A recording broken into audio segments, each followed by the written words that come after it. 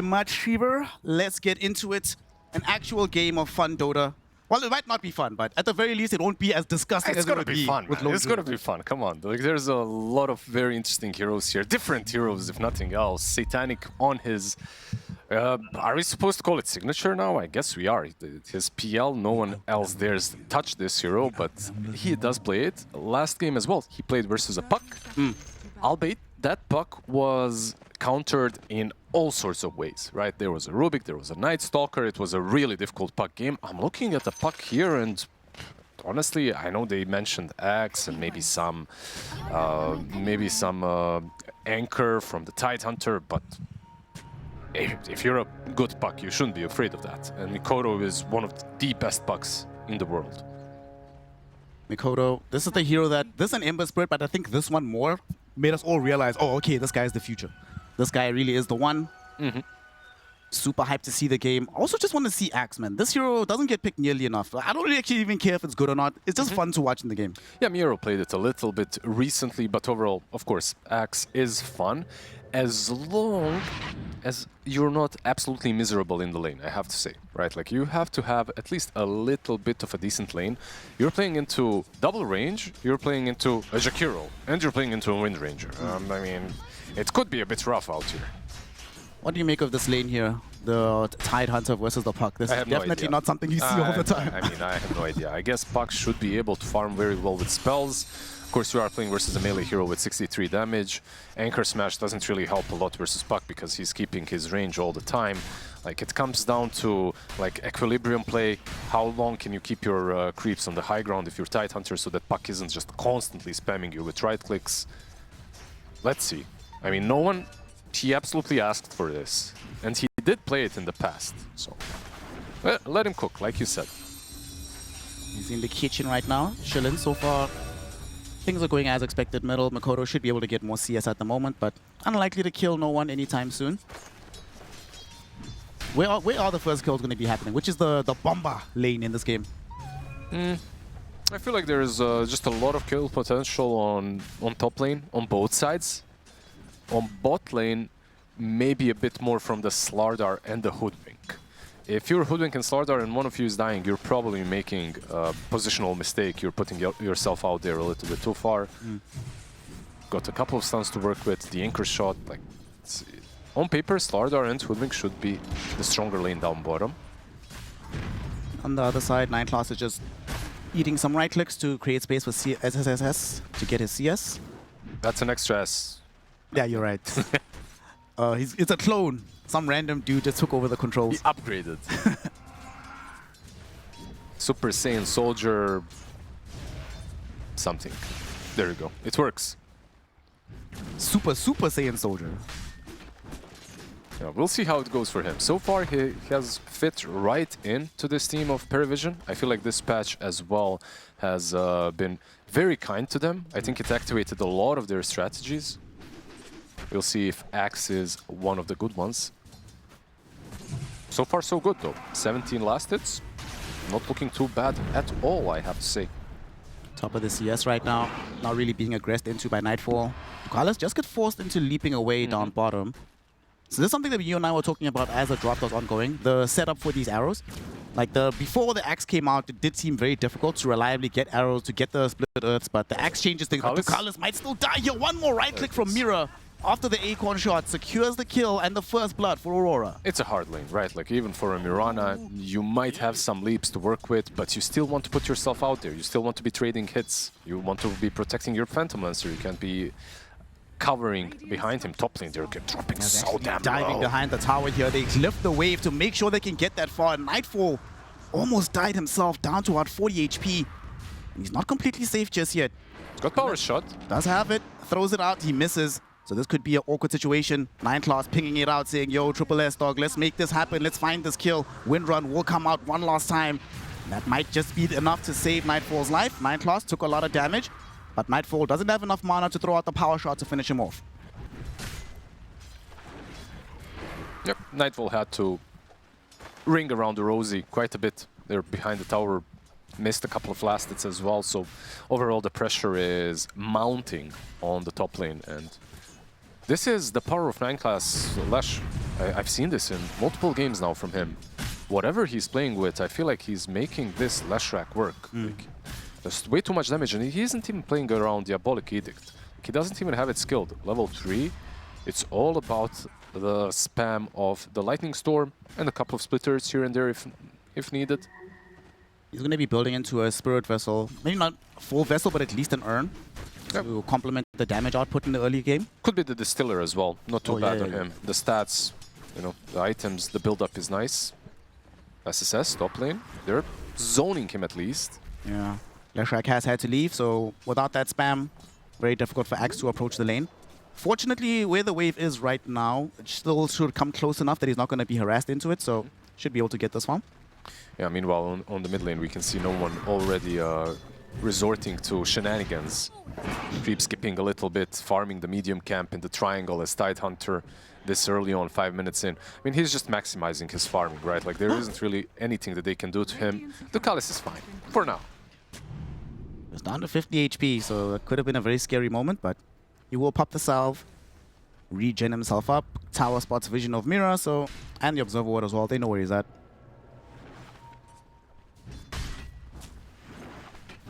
Titanic has still been farming pretty well on this PL, as we've seen yesterday.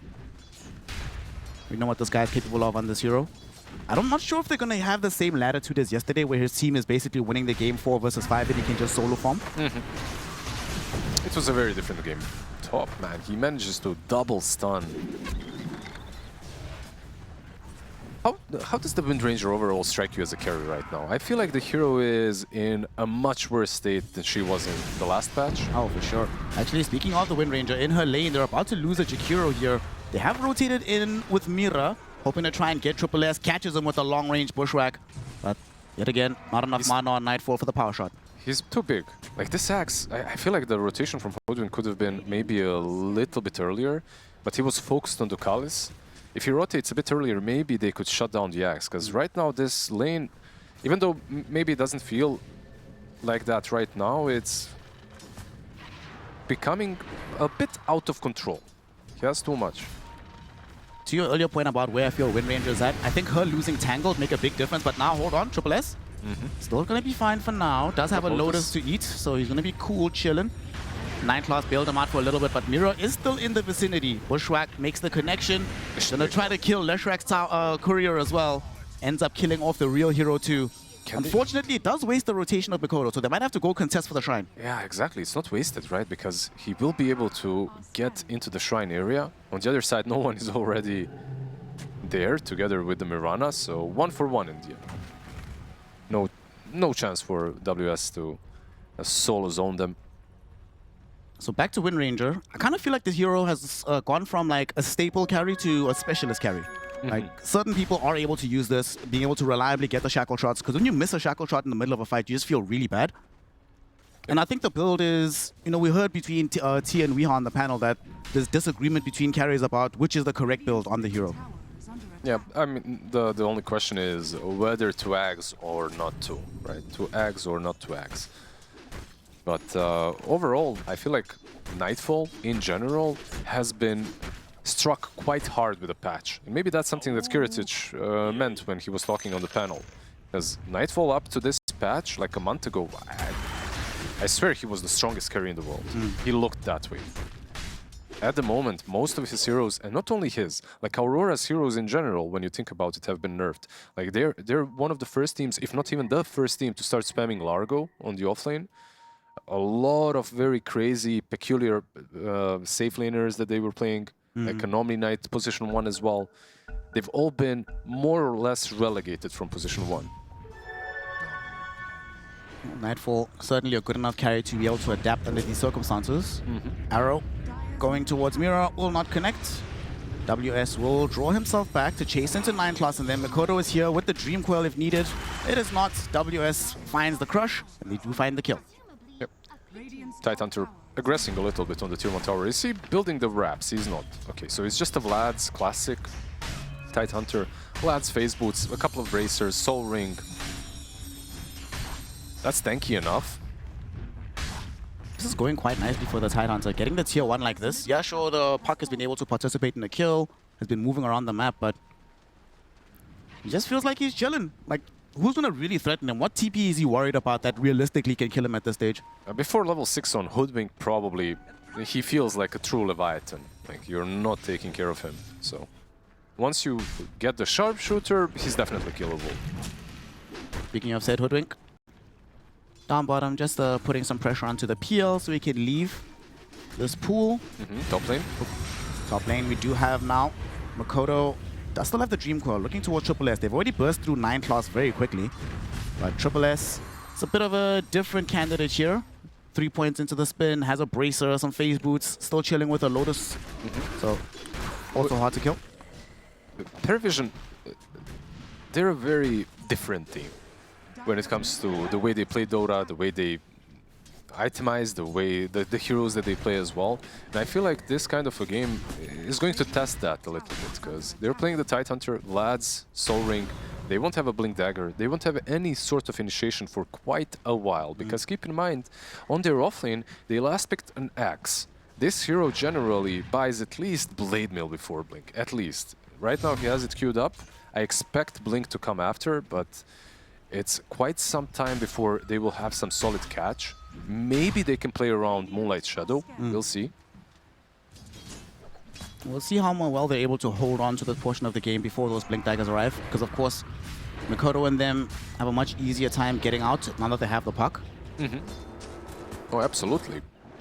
Bottom, we're going to try a dive to Carlos, yet again leaping away, and no one is going to TP in. Ravage is at the ready. Not made the decision to use it just yet. They might need one more hero to be nearby. WS coming forward, but too many decisions for no one to make. Doesn't want to expend Ravage for nothing. It's good enough to just show up with the Ravage and dissuade them from pushing the tower. They're still going Meantime, on the Macropire onto Ducalis, but Ducalis is still alive. Blood Grenade might put an end to that. The final right click of Mira destroys the Mirana. Yeah, the level 1 leap usually does this to you, right? Like, the charge restore time is pretty damn long, so if you use it once in the fight, you're probably gone after the moment you're caught. Way too squishy of a hero. And I really like what they're doing with the PL. Like, even though they move the Tide down bottom, right? Because there's like 3-4 heroes down bottom, or at least where? Top lane. Okay, we do have the first focus fire of the game going out onto 9 class. You will not be able to get off the split earth. Shackle shot interrupts the cast. Carlos came in, hopefully looking for a save, not going to be able to find it, and instead he finds Mira, who was hiding in the trees, catches him with the bushwhack, opens up the opportunity, and secures the kill. To be real, this draft of PVISION, until they have a Blink on Axe, as long as Aurora keeps on dodging Tidehunter, is unplayable.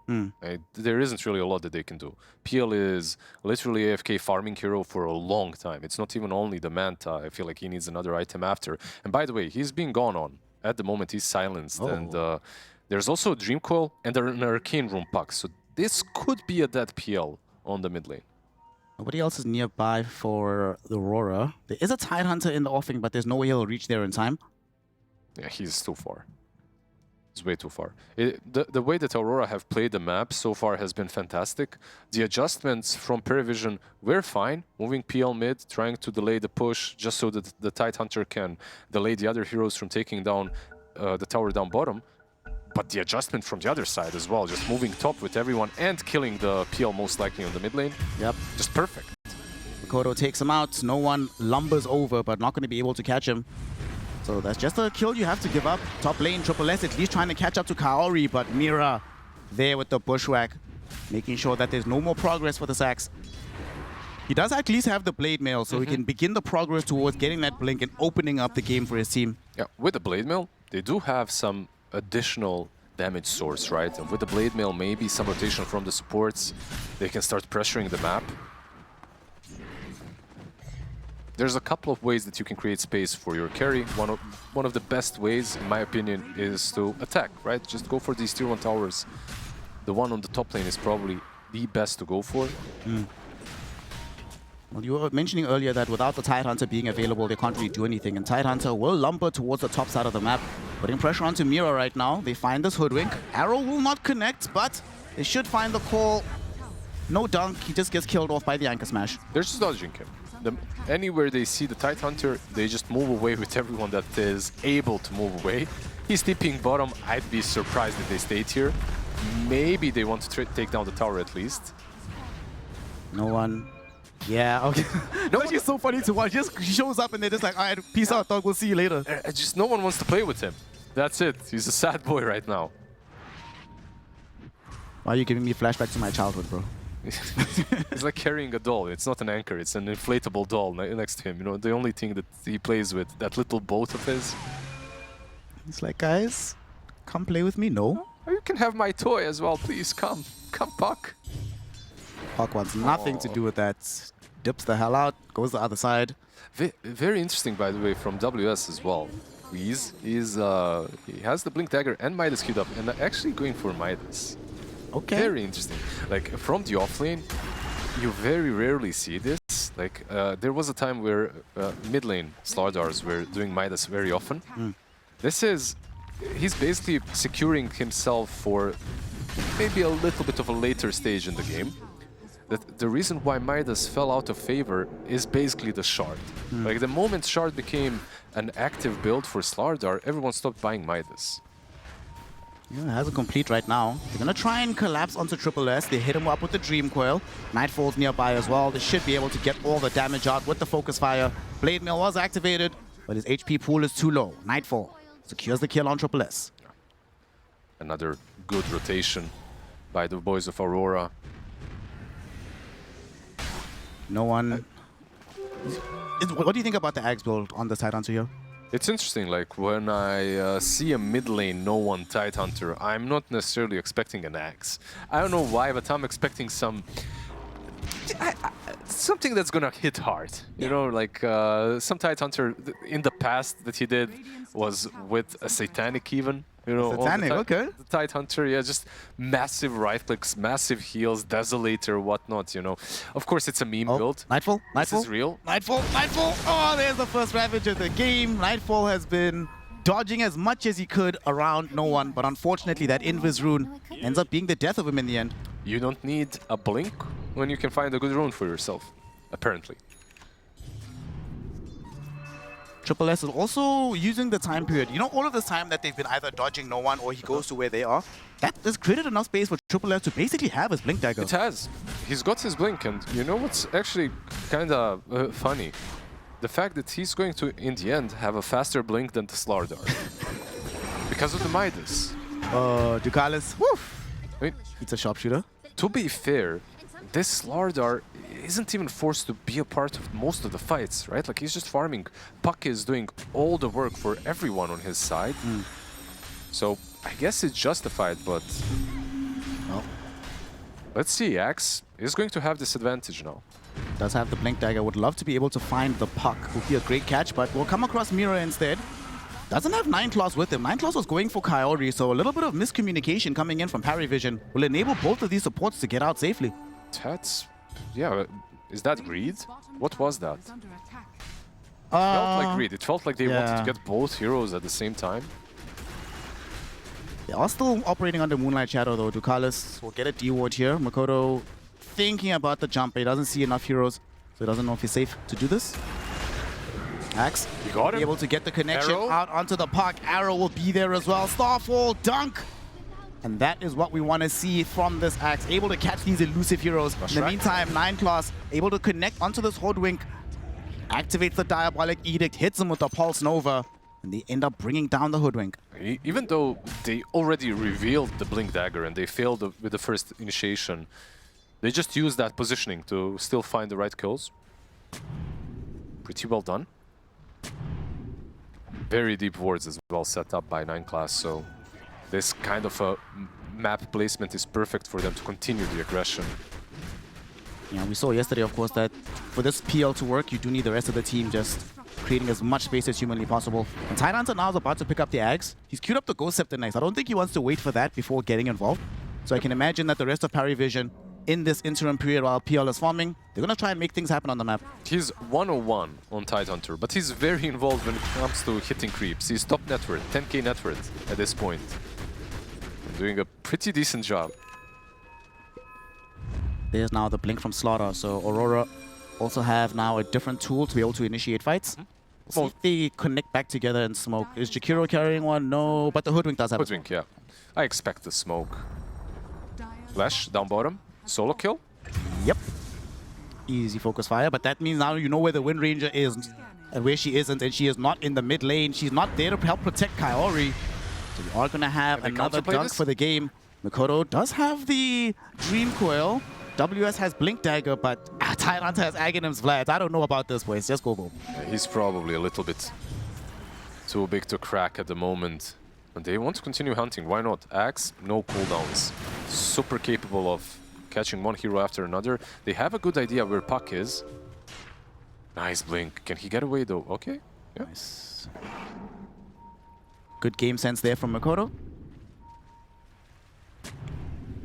Will at least give an opportunity for Ducalis to place more wards. That was one of the problems right when they made that move. They didn't really have any great positive vision in this part of the map. Axe going straight for a BKB after picking up his Blink Dagger. Not going to mess around with anything in between. Isn't like for PL this kind of a game pretty solid? Like as long as he's chilling, farming up, eventually he will have the Butterfly, Aghanims. I suspect after that maybe even a Bloodthorn will be the build. I'm just thinking about the carry-to-carry matchup later on, because we haven't really seen too many PLs in the past, especially when Wind Ranger was meta. But she never really dealt with illusion heroes all too well. 9 class. He's not dealing with this approach too well, but he is alone very far. And again, I love what PVISION are doing. As soon as somebody dies on the other side of the map, they're like, oh, okay, that just gives us information. Let's aggress elsewhere. Someone, you can name them. It's Jakiro and Lesh. Like, these two heroes have been literally just the feeding stock of both teams.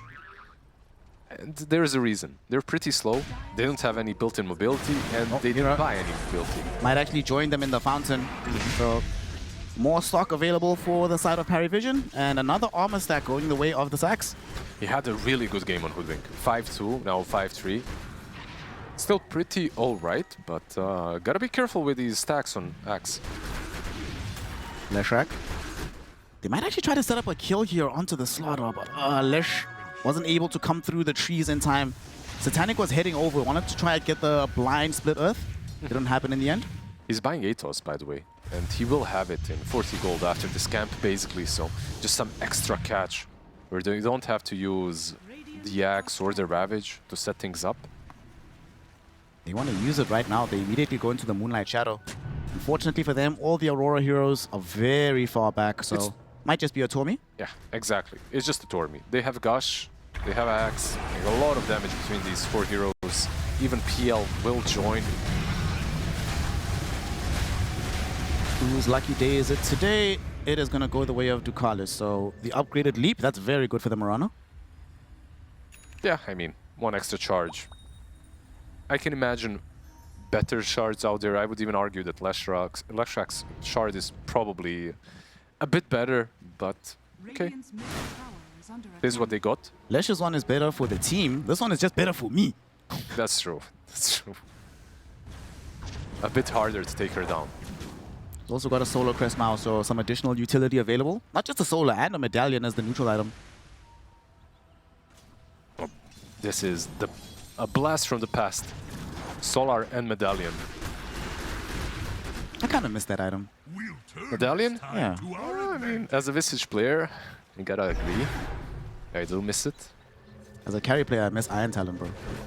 No, I don't miss Iron Talon. That item single-handedly corrupted the scene by like 30%. All of a sudden, people think it's League of Legends with a jungler role. Let's do that. Well, it was. That item literally turned us into LoL. No one scouting around this Roshan. Not really in a position to take it down just yet, so... What's the next item on him? Octarine? Okay. Okay. Octarine, Tidehunter. Satanic has his Butterfly now, and we're quite a ways away from having like an MKB available on the Wind Ranger. She's got Mjolnir at least, right? Like it isn't an MKB, but it does help. It's a lot of damage as well. A lot of procs as well that go on to the illusions. It's not too bad, and they are smoking up. Aurora have not really been able to leverage this Blink Dagger. You know, in a way, WS must be ecstatic that he bought the Midas, because this long period of time where he hasn't really been fighting, I mean, he's 0-0-1. He's caught. Oh, he's my not caught. goodness, what a blink away by WS, and they get the shackle shot. Axe and the Marana caught together. They have the focus fire from Nightfall directly onto Triple S. His life is forfeit. Nobody can save him. No one. Trying to back off with his team. They even pop the Moonlight Shadow. 9 class though won't be so lucky. Ends up dead. WS still finds the crush onto the Tidehunter. With the corrosive haze on him, they have him in vision. He's inside the ice path. But Satanic is trying to turn this around. Ravage only connects onto one. Yule's dodge from Mira. So Kaori will die. Makoto tries to go back in, but eats so much damage. He needs to retreat immediately. Does manage to get away just barely onto the high ground. Okay, not too many casualties on both sides. Axe and Lash on the other, just the Jakiro. The way the Tidehunter moved in to block the Sharpshooter as well, even though that's the one thing that can kill him. He just understands how tanky he is. He blocks it, Lash, of course, still dies in the end. This kind of a fight is won by sheer mechanical skill. Because in the end, Aurora did win it. They baited out the Ravage, they killed 2 heroes, but mostly down to WS just keep blinking out immediately and the Shackles being way too good. Will they lose Rosh there? Seems that way. There's no more Dream Coil, there's no Macropyre. Puck did see them here, knowing what's happening, but now they scan even. Yeah, they're too far apart, they're too spread on the map, they're not going to get here in time. I think, yeah. I think maybe they just didn't expect it to happen, because when you look at these heroes on PVISION, besides the Tidehunter, no one is really that amazing at hitting Rosh. PL probably one of the worst carries at that. That's why you need Medallion, baby. I mean, yeah, of course. Medallion, Solar Crest, it does help. Triple S now. What's he got flying in on the Courier? He's making an express delivery. The full Crimson is delivered. Okay. Pretty good. Probably. And especially against Wind Ranger, right? Yeah. Probably doesn't want to die the same way that he just did. That was the first BKB reveal as well from Nightfall. 1 BKB and Axe was pretty much deleted. Kaori and the boys are gonna just easily claim this tier 1 tower middle. Solitary instance of the Liquid Fire is all it takes. However, at the same time, top tier 2 gets taken by Parry Vision, leveraging the power of this Aegis to advance more on the map. They are smoking up only with 2 heroes, so they're showing top and at the same time smoking bottom. It's like a very standard play, but it might work. Kaori is the first one that's going to be showing. Satanic TP is back. Mira is the one that's in the jungle. Gonna get caught and killed. For Aurora, they're like, well, as long as it's not Makoto in that position. And not only that, they managed to bring the tower down to half HP. That feels definitely worth it for the life of the Hoodwink at this stage. Half of the tower, they got some deep wards behind it as well for their next advance. They're chasing the Puck, who's got Aeon Disc, by the way, so not really the easiest hero to catch or kill. He's sticking around, though. Yeah, there's a Rod of Atos that's going to come in. Beautiful dodge of the Axe Call. Triple S unable to catch him. Would have been very dangerous for Makoto in that situation. Trying to TP out, and they're not going to clock it. He's gone. Yeah. Axe is one of those initiators that he isn't necessarily always the best as the first initiation. He likes someone to cook things up for him, you know, show a target or two and then for him to jump in. Because you can still kind of react to the call. You saw the Slardar in the river, now the Puck as well. There's a bit of time where you can react if you're on point. Speaking of the one that dodged the earlier one, Slaughter has a full Aghanim Scepter now available. They'll try to leverage it somewhere. They know that there must be a Tide maybe in this triangle. They know that Satanic is sieging the tier 2 bottom, but Satanic does have an Aegis, not an appetizing target. Yeah, he's got Aghanim's Aegis. They actually do commit wholly onto him. They bring it down very quickly. Triple S did manage to at least find the call on the Slaughter, but not more than that. There was a big arrow, but BKB activated by Nightfall allows him to dodge it. Shrapnel shot onto the PL. Focus fire, and Nightfall able to bring down Satanic. The chase is still on though. WS, will he be able to find the angle for the crush? Yes, he does. 2 heroes caught, Axe and the Marana, but on the back end of the fight, no one pops the Ravage, stuns everybody else, and they end up killing off Kaori. Makoto now at least looking for revenge onto 9 class, will be able to find it. No one wants WS, but WS finds Ducalis first. Nightfall, he's the one that's in danger. There's no more BKB available, but there's also very few stuns. Can he find the core? He does, but he dies nonetheless. He doesn't do enough damage. There's going to be the gush onto Nightfall. No one desperately trying to chase after this Wind Ranger. Can he get there? He cannot.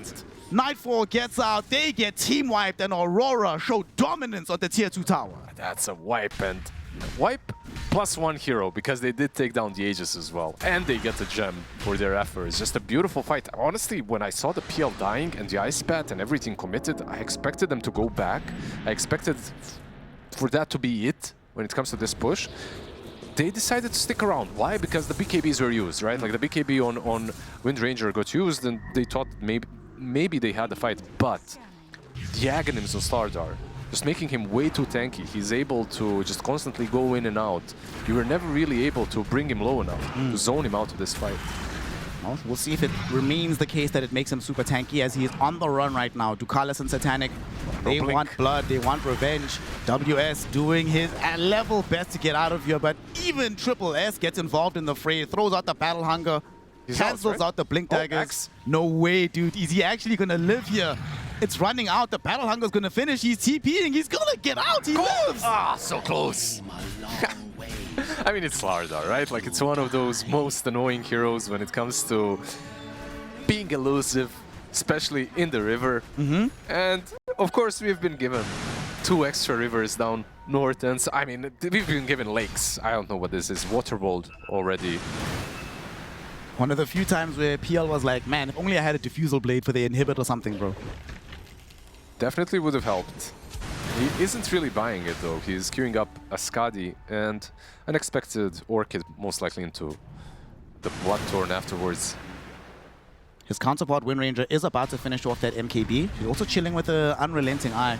Not a hero I want to tussle with. We go on to no one. Shackle Shot misses. Sharpshooter connect, but he's inside the Ghost Scepter, so very safe for now. Mikoto feels the need to just drop a Dream Coil, but he gets caught by Triple S, who dives directly on top of him. Aeon Disco will save him, enable him to get out of this prickly situation. Satanic on the far side was caught inside the Ice Path. He cannot keep the pursuit going. Might cost the life of Kaori, but if it does, definitely #worth. Yeah, absolutely worth. Like, he completely cut this fight in half. Sacrificed himself, sure, but well worth it. And I love the meta of Aeon Discs being purchased on mid this early on. Like, a lot of mid laners, if you think about the Queen of Pains that we have been watching, like every single game more or less, we see a very early Aeon Disc. Same goes this time around for the Puck. All he has to do is make sure that he doesn't die during the call. Aeon Disc enables him that way. Speaking of call, it does get deployed onto Mira down bottom. So he will die. So 2 supports being down, this might open up the space for them to finish the job they started earlier on the tier 2, but without an Aegis and without PL being a little bit stronger, probably have to just push out the lane, not commit too hard. Let's see. Like, he moved through the Twin Gate, he's connecting. Lesh is already... Oh my goodness! Whoa! All right. He had a plan. I'm sure he had a plan. Oh, here's the plan. If he's dying over there, that means his team can finish off the tier 2. The noble sacrifice. 5-head. Arrow misses. WS does not. He connects immediately onto Ducalis. Ducalis able to jump away. Axe in the meantime trying to go onto Nightfall. Dies for it in the end. Got off the focus fire. Mikoto also gets the assassination onto Ducalis. Dream Coil onto Satanic now. There's nobody around to help him out. Big Macro Pyre with the Ice Path ensures that they kill the PL. Tidehunter, can he TP out? Can he do anything here? It does not seem like it. He's isolated, all alone. But now he gets to go join his friends in the fountain. Another team wipe for Aurora. He had that Ravage, but at this point, it wouldn't do absolutely anything. Axe, the moment that he's caught, I feel like the whole fight of PVISION just completely disappears. Like, they need that call. They need that call for too many targets, though. They need it for the Wind Ranger. They need it for the Puck. Like, it's hard to fight when he's not there. And I think that the crucial aspect of his item build, like, you have Blade Mill, you have Crimson, you have Blink. You don't have a BKB. Yeah. Without the BKB, it's kind of hard. It's not only about the catch, it's about the damage too. They have a Yule Scepter and they have an Ice Bat. Every time you use that call, one of those two is going to be used on you. Yeah. Even the Shackle Shot has been emerging really quickly from Nightfall, preventing him from moving around as he desires. And Satanic, it's so sad for the PL, right? When you get to the stage of a fight and you're alone, there's not much you can do. Oh, back in real life, Ducalis gets eviscerated by WS, but that's just how it goes when you're fighting against a farm slaughter as a position 5. He's very farmed, by the way. The Midas paid off, bro. paid off. Yeah. He is almost top net worth. And what the hell is going on in this Dota, by the way? The last 2 or 3 Slardars that I'm watching, they're like top net worth, top XP. I think Sind and Sunsfan had one game where Slardar was literally the highest level in the game. This always used to be the hero that you kind of get your blink, you get your BKB, and you're happy. You know, that's it. Like. So this is a new breed. That was the old man Slaughter. This is Gen Z Slaughter right now. The Gen Z Slardar with the shard, definitely the shard helps, right? But he bought the Midas as well. Oh, this is a gentleman Slardar right here. There's definitely money maxing on the Slaughter. Just picked up the Nullifier as well. Good God. That is so good. No more Ghost Scepter from the Tidehunter to save him. Flash. 409 Slaughter. WS having the easiest game of his life. Axe and no one are going to try and at least catch Nightfall. Nightfall. Oh no. As the smoke broke, they were standing in the wrong place on the Tidehunter, so Nightfall saw it, immediately pops the win run, so he's A-okay. Let's see the smoke on Mikoto though. The counter smoke. He's got Parasma, he's got Victorine. Yeah, and he's got WS with him as well. He's the true assassin, the real carrier of this game. Will he be able to find the stuns? There's a Dream Coil on the 2. It's the Tidehunter and the Marana. WS hasn't initiated just yet. Goes in right now. They eviscerate the Tide. Sharpshooter comes in, connects on the Tidehunter to that Hunter. Is he going to be able to get off the Ravage? He does. It will be huge, but unfortunately not big enough. Nightfall got off the BKB focus fire. Absolutely rips through these heroes. Satanic did what he could, but now he realizes he shouldn't have been there at all. Buyback? They are collapsing onto him. Buyback on the axe. He wants to go back towards WS. Ducalis with the Rod of Atos ensures that the Slaughter can't escape. And Satanic is the one that ends the killing spree. Double kill for the PL. This overcommitment actually might cost them Roshan. It's up. Like, they're super lucky with the respawn timer. Although it's 34:55. 5 seconds until Roshan moves houses, so have to wait for him down on the bot lane. Yeah. They cannot do it fast enough. Dude, look how long this respawn timer is for the Slaughter. He's level 24, what? He's, yeah, pretty much the highest level in his team. The Puck is also level 24, about to hit 25 now. With the Shrine, and of course, actually he got the 350 waning rift radius, max distance. Okay, cool. I mean, versus PL. It's kind of good, right? Like, you get some more AoE. Should be able to always find the right PL easily. Aurora still enjoy a 9k gold lead at the moment. WS is dead. So for a small moment, they might have a numerical advantage, and Mira gets caught by Triple S. Okay, this could open up the Roche. Now that Ducalis is here too with the Medallion Solar Crest. It should probably open it up, right? Like, there is no Slardar, no supports. You know that Mira is dead for way too long.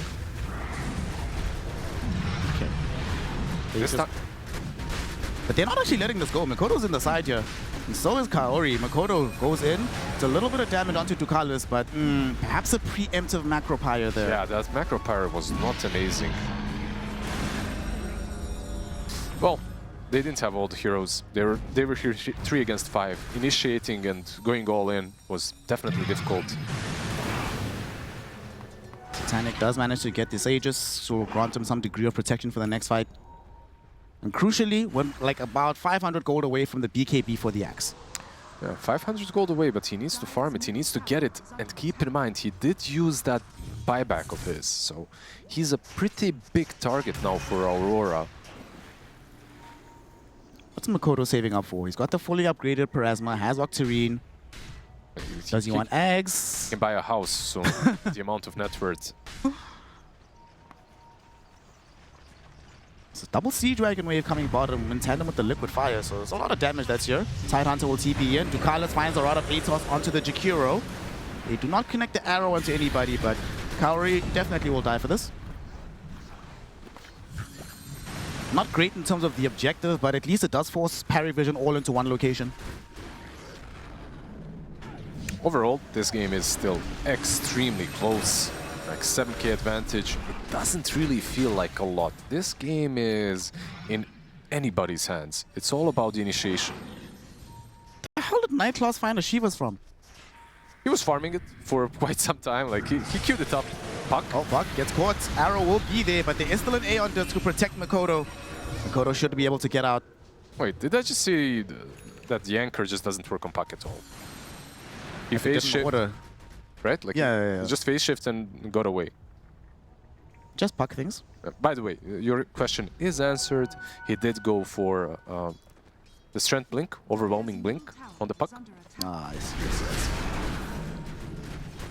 I guess in this downtime when the Aeon disc is still on cooldown, it'll enable to actually get in, not be as fearful of just dying 100-0. And it's also more AoE damage versus all the illusions, right? Like they're just making all these slight adjustments to the item builds that will or should enable them to deal with PL. Smoke up from Aurora. They want to reveal that overwhelming blink. They also want to show off this Aghanim Scepter that's been grabbed by the Jakiro.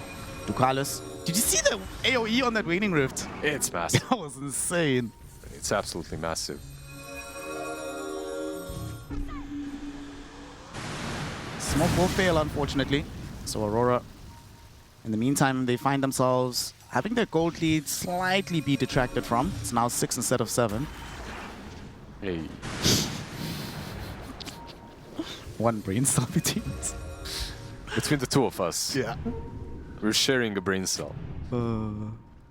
Triple S. Oh, he's in vision. They got him. Makoto goes in, back onto this 9-class Leshrac, trying to make something happen on him. Okay, Power Shot will not connect. There's the Ravage from no one. It finds WS, but he manages to pop the BKB afterwards. He's still alive, fighting through this as Nightfall focus firing onto Satanic. They can't stop him from ripping through the PL. Now, what will Aurora do for life 2? There's no BKB available for this PL. There is a Dream Coil from Puck, Ice Pop from Jack Hero, and a death onto the PL. No one looking likely to join them within the grave. Won't be able to run from all of this slow, from all of this damage. It's a double kill for Nightfall. And Aurora looking super solid. 3 heroes dead and 3 heroes without buyback. This should, like, their objective taking perhaps is not the greatest, but this should be a high ground push. The way that PL is dying makes me think that he as well needs a BKB. Yeah. I know that this isn't like a PL item. It never was. It's a bad item, but Jakiro is just posing too many difficulties. Like the moment he dies the first time through the ages, the ice path is always there waiting for him. And he just cannot get away. Like there is no control for Nightfall. I know they picked this axe for that exact reason, but you cannot expect your axe to always be there on the Nightfall. Wind Ranger. It's just way too slippery, way too fast. And Nightfall's positioning has been way too good throughout the game. We can see why he's a specialist at this hero, right? He knows where to be at the right moments. They take 2 lanes of barracks now. Absolutely no shot at defending this from PVISION. Still 24 seconds before they have the full complement available. They also have an AC now on WS. This guy, dude. AC already looking towards the future, not really staying in the past, queuing up the Octarine core for himself as well. It's a pretty big deal, by the way. The amount of damage that PL now dishes out is significantly reduced because of the AC. But keep in mind another thing, like with this Octarine core, it's hard for PL to just get away even once he gets the shard, because you constantly have this AoE corrosive haze applied. So eventually, if he does get it, Slardar will almost certainly stun him once or twice. They've also just complicated the game for Triple S. Slash gonna get jumped. WS saying, hey buddy, it's been a while since I've seen you, how you been? Miro's gonna be the one that gets the credit for the kill. And he's also built an Aeon disc, so he was one of the people that was reliably dying to Triple S, able to find him in the backlines. But now you'll just be wasting a jump if you try to engage upon him.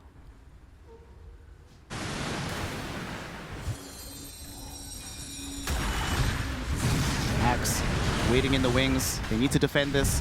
It's 4 versus 5. There's no buyback available for this Slash. This AoE we waiting to come on, guys. Nah. Somebody do something. This is a bit much. He's having a good time. Jakiro! Oh, Jakiro not having a good time right now. Forced to go into his own Ghost Scepter to survive. Now that was collateral damage. Like, literally no one was aiming at him. It's just a couple of illusions, and he almost dies to them. I like the way they're playing around Slardar, and considering how tanky he is, they can afford to do so. Just put him up front. If he uses Slithering Crush, the moment he gets called, he's not dying. Like, it's way more than enough time for them to respond to it, even if he's on high ground. No one. He's still in search of that Shiva's guard. Even so, there's got so many ways to just debilitate him. The sharpshooter Mirror has been very on point with only focusing the Tidehunter. Doesn't have eyes for anyone else. Just get that break. And if you get that break, there's more than enough damage to bring him down. They have Shivas already, though. So they're going to have 2. Oh yeah, 9+ Shivas. I forgot about that one. Okay, double Shivas, perhaps not the most optimal thing that you can have in your team, but let's see.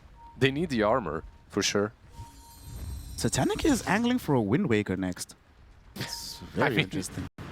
Yeah. Arrow will hit Mira on the high ground, but Park comes through, gets the silence to Carlos. There used to be a Marana there, not any longer. Sharpshooter connects directly onto the Tidehunter, so WS is happy to put out that damage.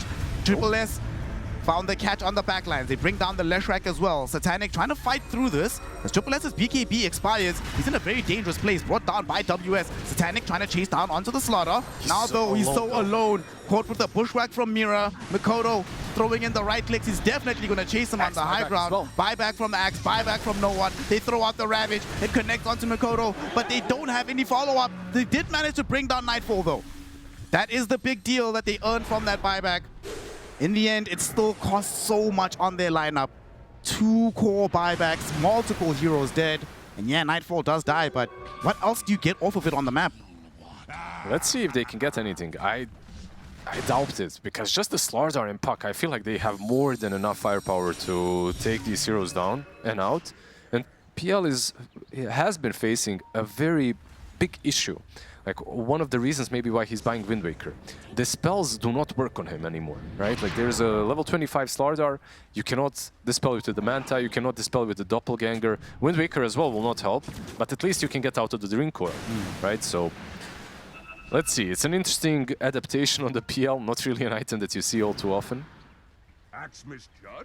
Puck also did get the Waning Rift talents, of course, the 25. Yeah, that's the AoE. Smoke up from PVISION. They want to keep the action going right now. Makoto could get caught here. He's playing a little bit cautiously. Kaori is behind him, but they don't have interest in a Jakiro. They don't need a bigger target. But they're not going to find anybody. You want to go fishing, bro? Absolutely. I got saying to the other day, I've never been fishing. Someone needs to say that. Yeah, you can pick up a lot of things, but the fish you cannot. Would be nice. Random hero getting some extra range. Mirana just absolutely deleted. Solo Literally Slardar. takes like half a second. Solo Slardar, by the way. No one else helped. 8, 1 in 16 on WS. Having a monster performance on this hero. Satanic really needs that Wind Waker at some point. Still, though, there is at least one lane of barracks that's preventing them from getting megaed. The problem, though, is that it's kind of difficult for them to get off the map. Oh,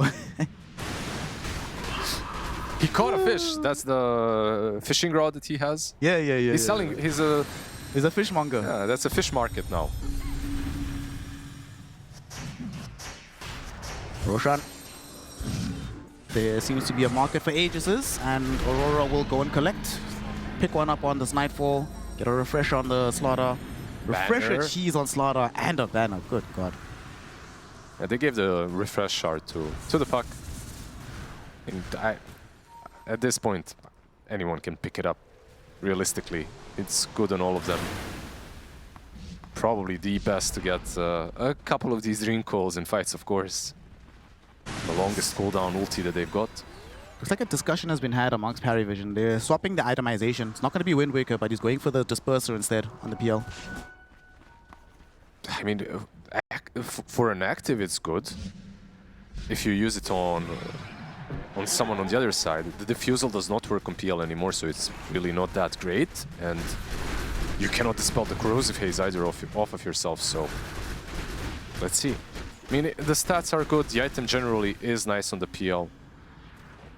And you get some movement speed from it, right? So the next item that you're replacing probably are the boots. He's not really buying the Aghanim's Blessing. It's too much gold. Aurora coming to end this game now. They have a significant amount of time with this Aegis. Got the banner. Just going to be annoyed somewhat by the Aghanim shot from 9class with these split earths. Yeah, you still have to find the right angle. You're pushing high ground. You don't know that they don't have buybacks on PVISION, right? So Aurora, with that info, should smoke up, should find an angle. This looks like it should be their game with 30k advantage and these buybacks missing. Okay, best case scenario, let's say you ravage everybody with the tide and get like Coral on Puck, Wind Ranger. How many of the heroes die during that salvo? I think the PL is actually dishing out some serious damage right now. Like, if you can get everyone controlled, they do have the damage. Like, they possess it. The thing is, that's if Jakiro is chilling, doing absolutely nothing. If everyone just AFKs for a little bit, but they have Ice Path. They have Octarine Core Jakiro as well. So Ice Path is on like 8 seconds cooldown. Not really easy to play against. Jakiro has dropped the macro pyre. There's a Dream Coil on the back lines. No one goes into the Ravage, but it affects no one because they all have BKBs. He's the one that dies instead in the grave for 2 minutes without buyback. Satanic putting some pressure on Makoto, but Aeon just easily gets him out. Mirror kill Dukalos is forced to buy back, and they maybe got a catch onto Nightfall here. Nightfall though, Yule's up into the air. PL Satanic, he's the one that dies instead. Nice buyback. They keep Nightfall alive and fairly healthy. Here's a buyback from Satanic, hoping to try and re-engage into this fight. They've taken down the tier 3 tower. They're looking towards the barracks. They want these megas. They don't have a Ravage. Triple S needs to find the call of his life. 9class instead is the one that gets caught out by a bushwhack, assassinated by Nightfall. Starzar is gone. Hello, Satanic. Use that moment to go catch up to WS, and now Triple S, he keeps the Jakiro away from Nightfall so he can kill the Wind Ranger. Makoto coming back, looking towards Satanic. He cannot afford to die here. It's a dieback if he does. He decides to back off as Nightfall goes forward, focus fire on Triple S. We lose out on the axe. WS brought back. He wants to end the game here and now. They see 9class catch him with the Shiva's Guard. He is dead, down for the count. No buyback available. So you have to defend 5 versus 2. How on earth will PVISION do it? The answer is that they will not. GG, well played, is called. Aurora secure game 1 on their path to qualification for the playoffs. Just a beautiful game of Dota, right? Like, after all of these Queen of Pains and Alchemists and Lone Druids, this is kind of refreshing, I have to admit, seeing these two teams duke it out with a bit of a different style and a different clash of ideas. This drafts from PVISION to its potential. Let's head over to a commentary duo of Snare and Lizard. The stakes are extremely high. It's a spot in the playoffs, but more importantly, it's the confidence of knowing that you are the best carry in the Eastern European region. Kez versus Wind Ranger. This is a very interesting matchup to me, Liz, because on the one side, obviously, Wind Ranger, Nightfall has been playing amazingly on the hero, right? But now with the Kez, you've got that Shoto Shy parry. You can actually send back a lot of that focus fire damage back towards Nightfall himself. Yeah, there's a lot of cool interactions in this game on both sides. A lot of interactions in the old chat already. Nightfall trolling no one a little bit as he's not playing Tide anymore. He's like, okay, you can play a normal hero now on the mid lane. You can have some fun. So we'll see. Yeah. We will see if he will be able to have some fun. The matchup itself is not really that simple for him. I know the panel wasn't really impressed with the Timbersaw. Like, when you look at the Timbersaw lane as well versus Kaz, it's not really the easiest one, but dude, WS is an incredible Timbersaw player. Like, it's one of his sick heroes, so yeah, we'll see. We'll see how he does this time around. Timber has been nerfed, needs to be said, of course. Completely agree with that part, but maybe he's a specialist player that can make it work. Well, talk to me about another incredible hero here. We've got the Slaughter for Triple S. This is one of these heroes, of course, at this tournament, arguably the hero of the tournament. How do they deal with him on the side of Aurora? Will they be able to curtail his progress in the laning phase? The lane itself is what Slardar and Lesh versus Phoenix and Wind Ranger. I feel like it's definitely playable for Phoenix and Wind Ranger. Perhaps they're not a lot stronger, but you have minus attack speed. With the Fire Spirits, you have double ranged versus Slardar. Like, this lane itself should not be the hardest one. You saw something similar in the last game versus Axe. The difference maker, of course, is 9class Lesh. Like, he's been doing a ton of work on his position 4. Let's see what he can accomplish here. As mid lane, you have Makoto versus nobody. And you saw what he did there, right? Like, he soaked a lot of the damage from the Sunstrike to get the deny. Nicely done. Yeah, man, you can't get those cheap range creep kills anymore. I know what you're doing. Nightfall.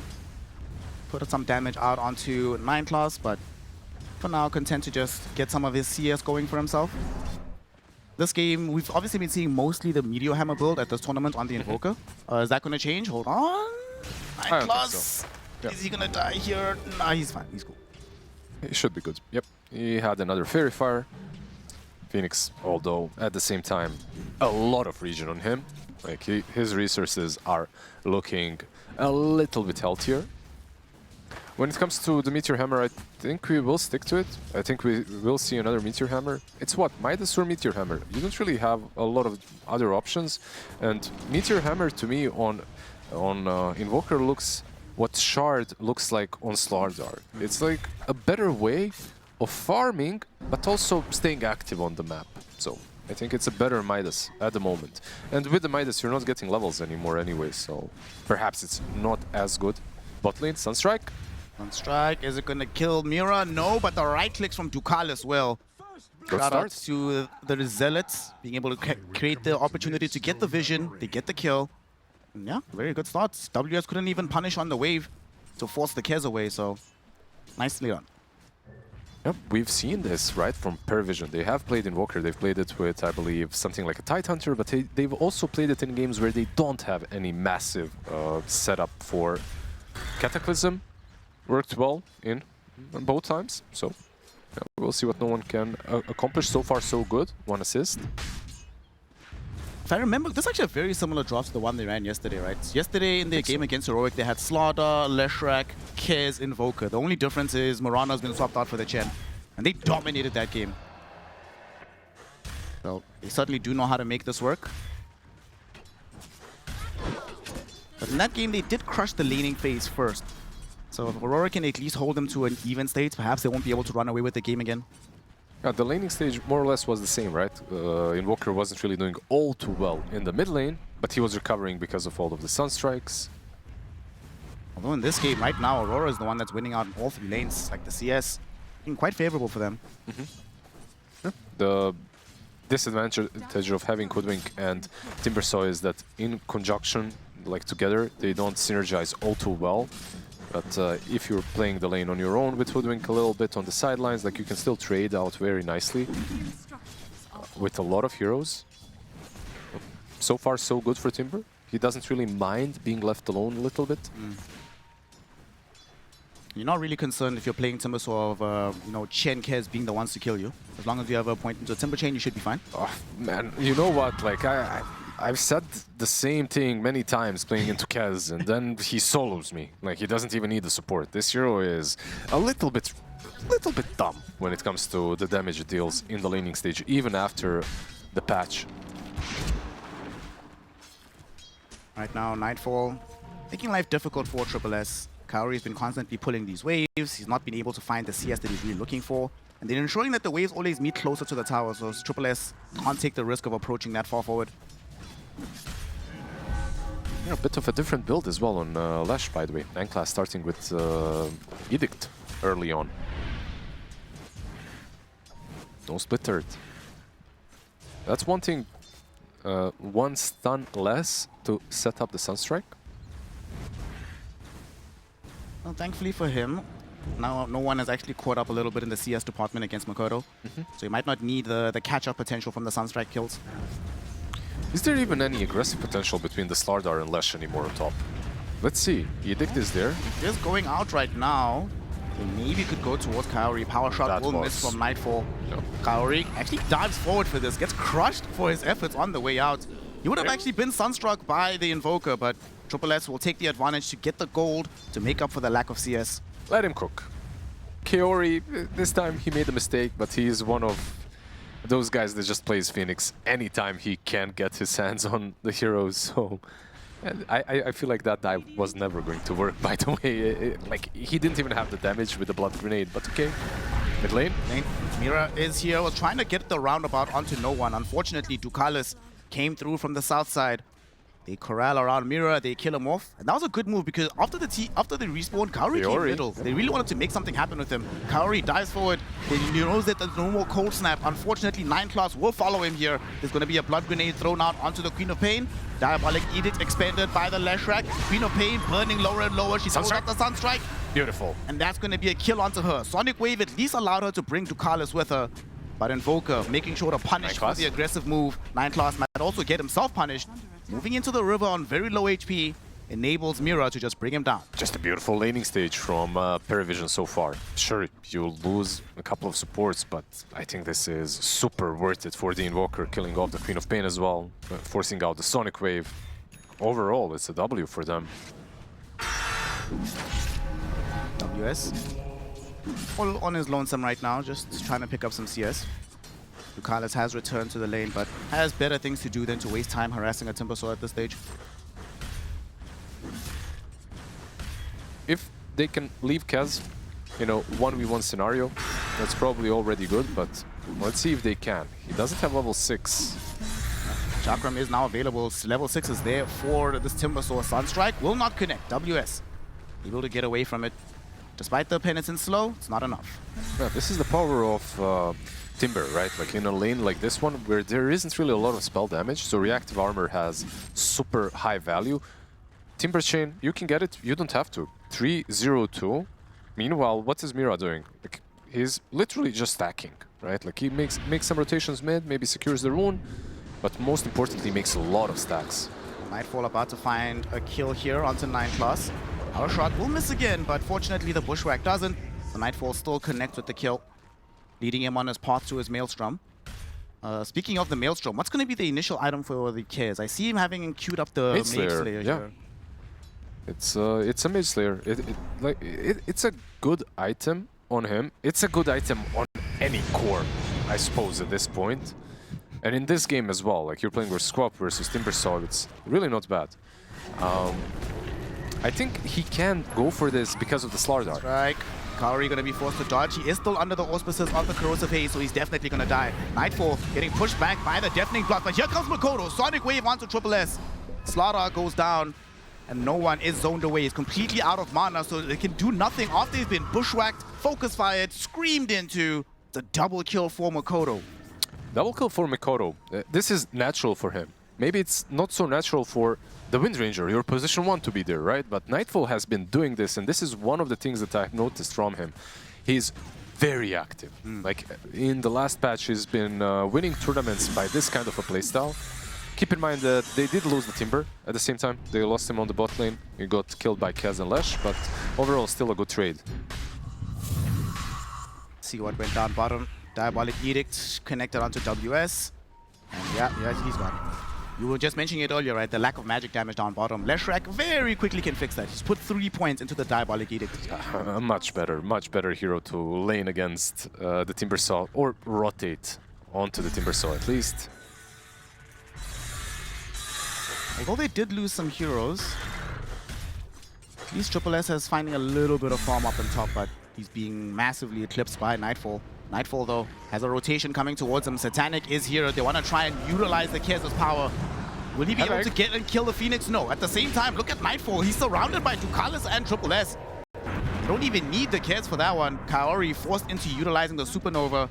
That's just going to be an escape tool. Yep, he uses the egg very defensively. Unfortunately, the defense was only for himself, not for Nightfall as well.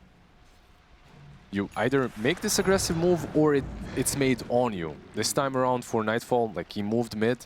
He thought that he could stick around on top, but it was a little bit too long of a safe lane play. WS, oh, almost got the crush onto Kaori, but this Observer Ward planted by Kaori himself actually protected him.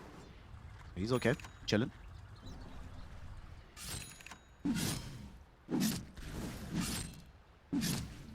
He's got Ezzo, by the way, queued up. I was wondering as well, like when you asked me about the Mage Slayer, I was wondering if he'll go for, even go for the Desolator or maybe Mage Slayer straight into Axe or something like that, because mid lane, Kodo, okay, blinks out, should be fine.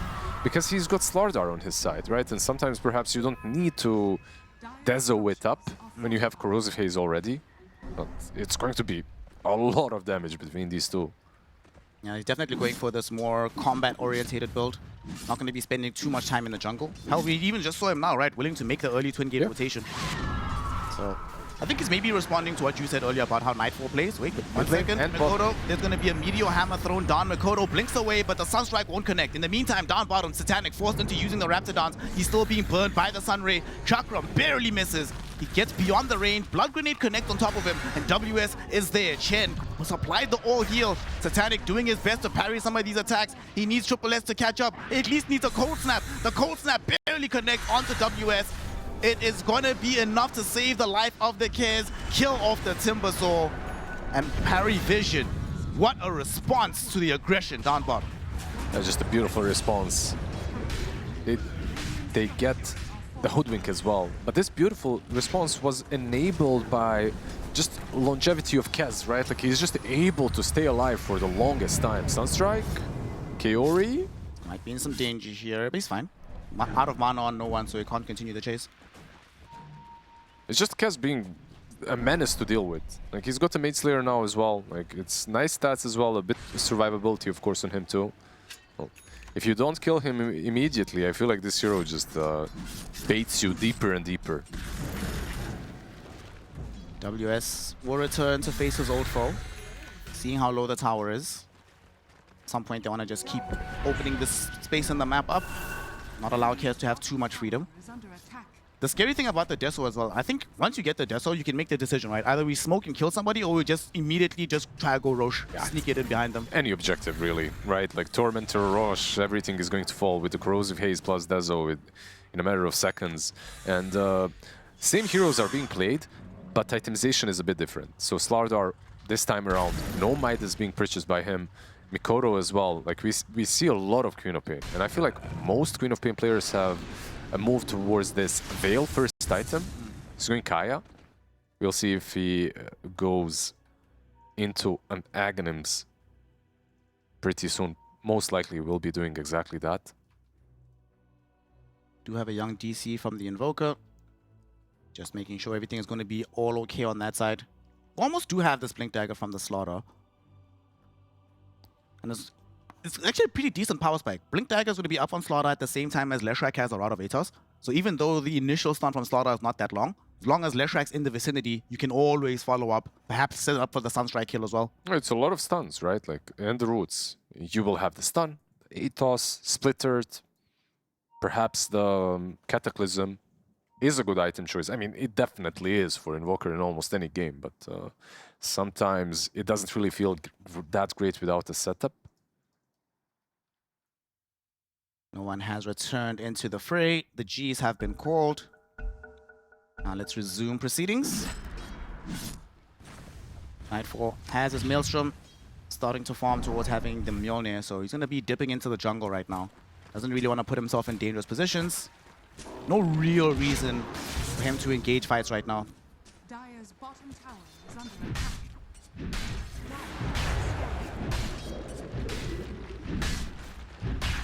Things have slowed down somewhat from the madness that was going on earlier. Kodo is pushing up top with Kaori, and no response from PVISION. They have zero interest in trying to defend this. I feel like this probably benefits them, right? Just no fights happening across the map. Because you do want to blink on Slardar. Your Chen is just another core eventually when it comes to the amount of farm that he can get on the map. So they do smoke up though. Do they have a blink? They still don't have the blink, okay. Alright. He's so close to it though. They do scan, find Hoodwink, but he's already going through the Twin Gate. The Observer Ward will have scouted Mikoto, vacating the area. Now they found Mira, Satanic. Will he be able to kill him? Sunstrike will miss. He's still Satanic dead. though, He's still on the chase. Easy kill. It's a Kez. What Phoenix. can you do? Phoenix as well. Underneath the Corrosive Haze, there's going to be the Supernova, but no one is right there with the right clicks. They should be able to get rid of this egg. Omelette for breakfast. Slaughter will use that gold to just pick up the Blink Dagger immediately. Yeah, unfortunately for Aurora, these kind of deaths on supports sometimes unlock a certain thing on the map that they can do. Go for an objective, maybe take some stacks. Currently, nothing really is... They're not benefiting from it in any significant way. No vision was set up on the map. Tier 1 towers are still standing strong, mid and bot. Kez is still farming this exact area. Yeah, they can't. They tried that one rotation. That one rotation when they died while diving him, that was supposed to be we kill the carry and we take the tier 1 tower. Top lane. Easy out. Chillin'. Wait, chillin'. It's all good, man. Yeah, forced the fairy fire, but yeah, absolutely. Wasn't worried for a second. Dire's bottom Just tower 9+ things. is under attack. He's also opened up the space now that they know Queen of Pain and the Phoenix are top. Obviously means no one's available to respond bottom. By the way, did you know this Forager's kit that a lot of heroes right now are rocking in the game as well? If you see them Has fallen. next to a tree, I learned this last night. If you see them next to a tree, I was chasing a hero and he was foraging for a nut. And I was closer to the tree than he was. Yeah? And I got his nut. Oh, wait, what? What? Okay, cool. Seems legit to me. Down bottom, Satanic getting away from WS here. Should be A-okay. No real concern for him. Oh, wait, maybe not, because Kaori's here as well with the Sunray. Is it? I mean, this is not enough. Yeah. Just gonna go back in. He threw out the Echo Slash. Kaori. Be careful here. Might actually tick out. Let's see. He's Oh, fine. 83 HP, but he's cool. Quap though. Okay, gets the shield drawn. Yeah, and they also have Nightfall behind her, looking to do something, and they're gonna go Shackle Shot out onto 9 class. That was so cool that Hoodwink put the Acorn Shot down for the tree for the Shackle. Make it super easy. Now Timber they're is gonna keep coming. going for the chase. Timber Soul into the fray, throughout the Chakra, but only connect onto the Chen. A beautiful Deafening Blast Meteor combo demolishes the Hoodwink, and they force out a Supernova within the river, far from any ParaVision heroes. And now that Kiz has made his presence known with the Desolator, I don't think Aurora has any appetite for further conflict. Oh, absolutely not. Their teamfight is more or less done with this egg being used. We've discussed the Cataclysm and the lack, or maybe not the lack of control on their side. When it comes to the egg, usually whenever you're playing with this hero, you want some AoE stuns, some AoE control. They have basically nothing. Bushwhack and Shackle Shot, it's something, but it ain't it. Well, then time to queue up that Gleipnir for the Hoodwink. Nothing else you can do. I mean, he's queuing up the Atos. He already, yeah, he already has it queued up. Nice. On the other side, Invoker already bought his. He's got the Atos. Well, Atos is being used on said Hoodwink by the Leshrac this time around. Although the bounce back from the Sharpshooter pushes him far enough back that he's okay. Otherwise, it was a Kiz that was hoping for a nice, easy kill. But this might give them the opportunity to go Roach, and indeed it does. Go straight into the Roshan pit, Corrosive Haze, Desolator, get Aegis. Forward Spirits on top. Oof. Alacrity as well. Penitence. Ooh, the list goes on, man. Like this draft of theirs is really quick at taking Rosh. 9 class, well, 9 class things, sacrificing himself to keep the enemy team at bay. They're not even going to bother pretending they're going to come save him. Instead, they're going to look towards Kaori, who was diving in and out. Unable to catch him, though, as he does manage to escape. Satanic pops the Raven's Veil. He's also out. It's kind of interesting. It's actually Timbersaw that queues up the Atos of his own. By the way, they're making this item look broken because everyone is buying it, right? But Atos truly is not a broken item. You just need more control. You need to draft more control, and that's it. If people could buy cheaper hexes, they would do that instead. Exactly, but yeah. Well, check this out down bottom. Kaori sitting in behind Queen of Pain here. This could be a very dangerous place to be. Atos, there we go. Sunstrike coming through as well. Whew! Very, very, very dead on the Queen of Pain. Yeah. The Raven's Veil actually connected on Phoenix as well. Oh, He's marked. good. Yeah, he's marked. They see the vision. Grappling Claw forward. Triple S follows up. And you know there used to be a Phoenix there. Yep. The Quap as well as the Phoenix. This is looking... I mean, look at the net worth. It's only 1k. But to me, this doesn't feel like a game that has no difference in net worth. It feels like the items that are being... And you can see the win probability as well. The items that are being used on one side feel so much more impactful than the ones that are on Aurora. Like just the Dezos, the Corrosive Haze, everything kind of works together. Real talk though, man. I don't think anybody should allow Slaughter to go through anymore.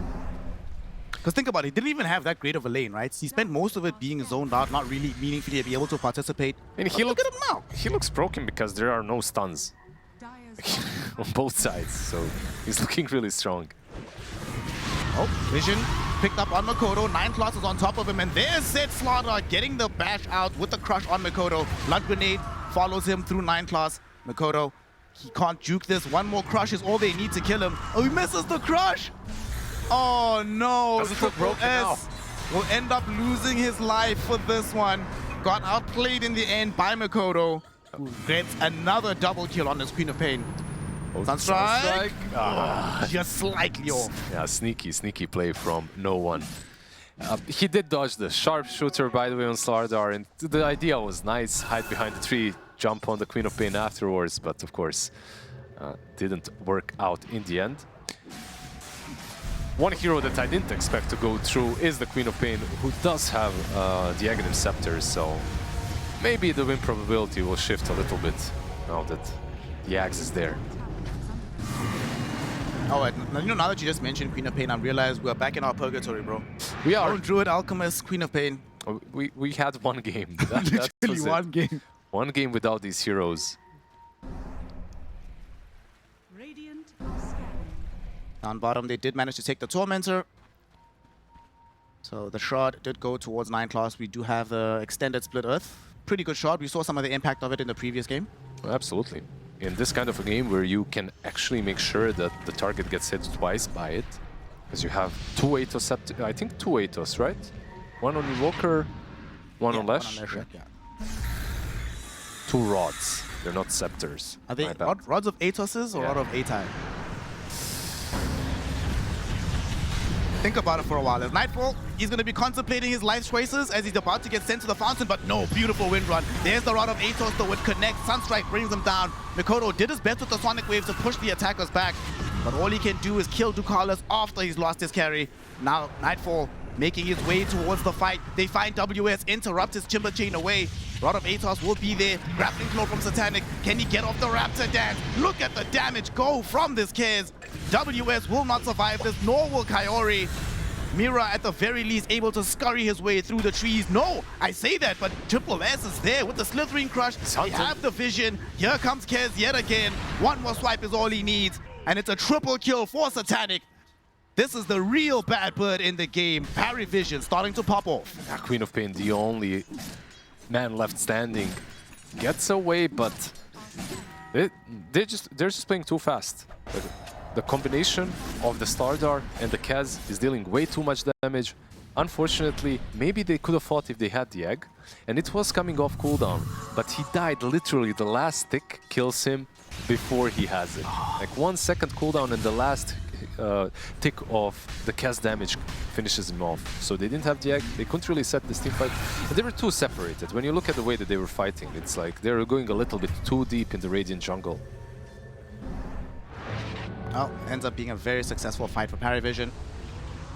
It doesn't cost an Aegis, get some big core kills, and most importantly, some of these Desolator stacks starting to become a problem.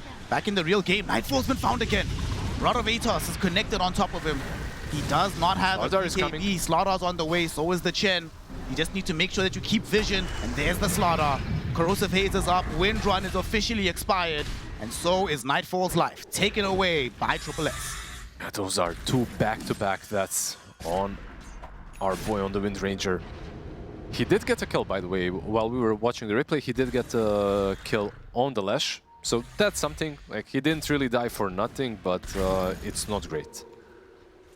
Another death. Like, these deaths are starting to hurt. WS, he might also be suffering another death. He Timber Chain towards this creep camp. It will be a fatal mistake. Triple S, he just got a kill on your carry top lane, and now here he is in your triangle killing you, and then he's in your mid lane, participating and bringing down a support. Yeah, Aghanim is already being there. He doesn't even need the BKB to join all of these fights, because why? There just isn't enough reliable control on Aurora to take down a Kez. And he will be able to use his ulti, he will be able to grapple away. Like, they have some burst damage, but they don't really have enough. And I feel like for them to kill Kez, they need Wind Ranger. The Shackles need to latch, and you need to have your ulti on. Invoker gonna show up top with his crew. Might start pressuring the tower with the Meteor Hammer. We of course still have the Diabolic Edict, but this is just some poke. They're not really too serious about this. Does draw some responses from Aurora. Unfortunately, there's a Ghost Walk. He's still inside the range of the Sentry, but they see him first. Mira does eventually throw out the Bushwhack, but it's far too late. 9 class kills him off with the Lightning Storm. Yep. Usually, if you get caught like that and you're a hoodwink, you use your ulti to get away, you know, to get a little bit of distance, but you cannot because there's a meatball, right? So you're just going to push yourself further into the damage. It's, yeah, once again, a very difficult game for Aurora. It looked like they were climbing back into it with the Aghanim's on Queen of Pain, but let's see, they have a BKB on her now. BKB on Queen of Pain. Forced off almost Hurricane Pike for this Wind Ranger. But check this out. You know, asking about the build on the Queen of Pain with the Veil. Looks like the Veil is going towards 9 class, so he's going to be the one ramping up this damage. And he's been doing quite a lot of it in these teamfights. Yeah, let's see. It's a cool item for Lash, of course. Veil is amazing on anyone that deals a lot of spell damage. I'm just wondering if he will try to convert it into the Bloodstone at all, because it is pretty expensive. It's pretty pricey to complete. But so is Shiva's, and he did it last. He did it. That's true. There's the Hurricane Pike for Wind Ranger. She's still lacking a BKB for quite some time. But on the other side, Kez, I think, is that his full BKB for Satanic? I think it is, flying in on the Courier. Yeah, he's got it. So now they're going to play aggressively. TP down, Nightfall. You need to run, my friend. He did just in time. Slaughter was thinking about making the chase, but now the wind run is over. They could still rush forward. He's surprisingly isolated from the rest of his team, but ParaVision does not know that, so they're not going to take the risk. Maybe they will with Ghost Walk up front. Keep in mind that Invoker has a BKB as well to work with, so he can kind of poke his head a little bit. If you try to initiate on him, he can BKB before anything. The Shrek going forward. Kaori is going to be the first one caught. Does get a 4-star forward, but doesn't die before he gets off the Supernova. It does get destroyed, however, by Satanic, and the supports on the side of Aurora are getting torn apart by Satanic right now. That Raptor does way too much damage. Sunstrike will not connect on the Timber, so he manages to get away, but Nightfall has to run. Slaughter ran up the hill, blinked out of danger before the Queen of Pain spells could affect him. Is there anything that this hero does not do? Like, Kez is just an insane position 1 right now. And we've seen from RCY on mid lane as well how much he can do. Bottom, they got a shackle shot onto no one. They need vision. Dust will be provided by WS. No one, nice tornado back. It doesn't have enough of his team to help him. The Deafening Blast was equally as good. Okay. He will be isolated and killed off. Catching him a little bit out of position. Maybe they don't have what it takes to take down Kez, but Invoker definitely not in the same camp of survivability when it comes to the heroes on ParaVision. Especially with his BKB on cooldown. There's a double damage though. Kez has it. My god. Okay, if anybody sees this on Aurora, just run away. Don't bother fighting this. Try to wait it out. Dude, this tier 1 tower bottom is still alive. They're only finishing it off now, 28 minutes into the game. I think tier 1 mid as well. It's not only the bot tier 1 tower. It paints the story of the game for Aurora. They truly did not have any map control so far. 9 class forming in the jungle. Looks like he is indeed going to go straight for the Bloodstone.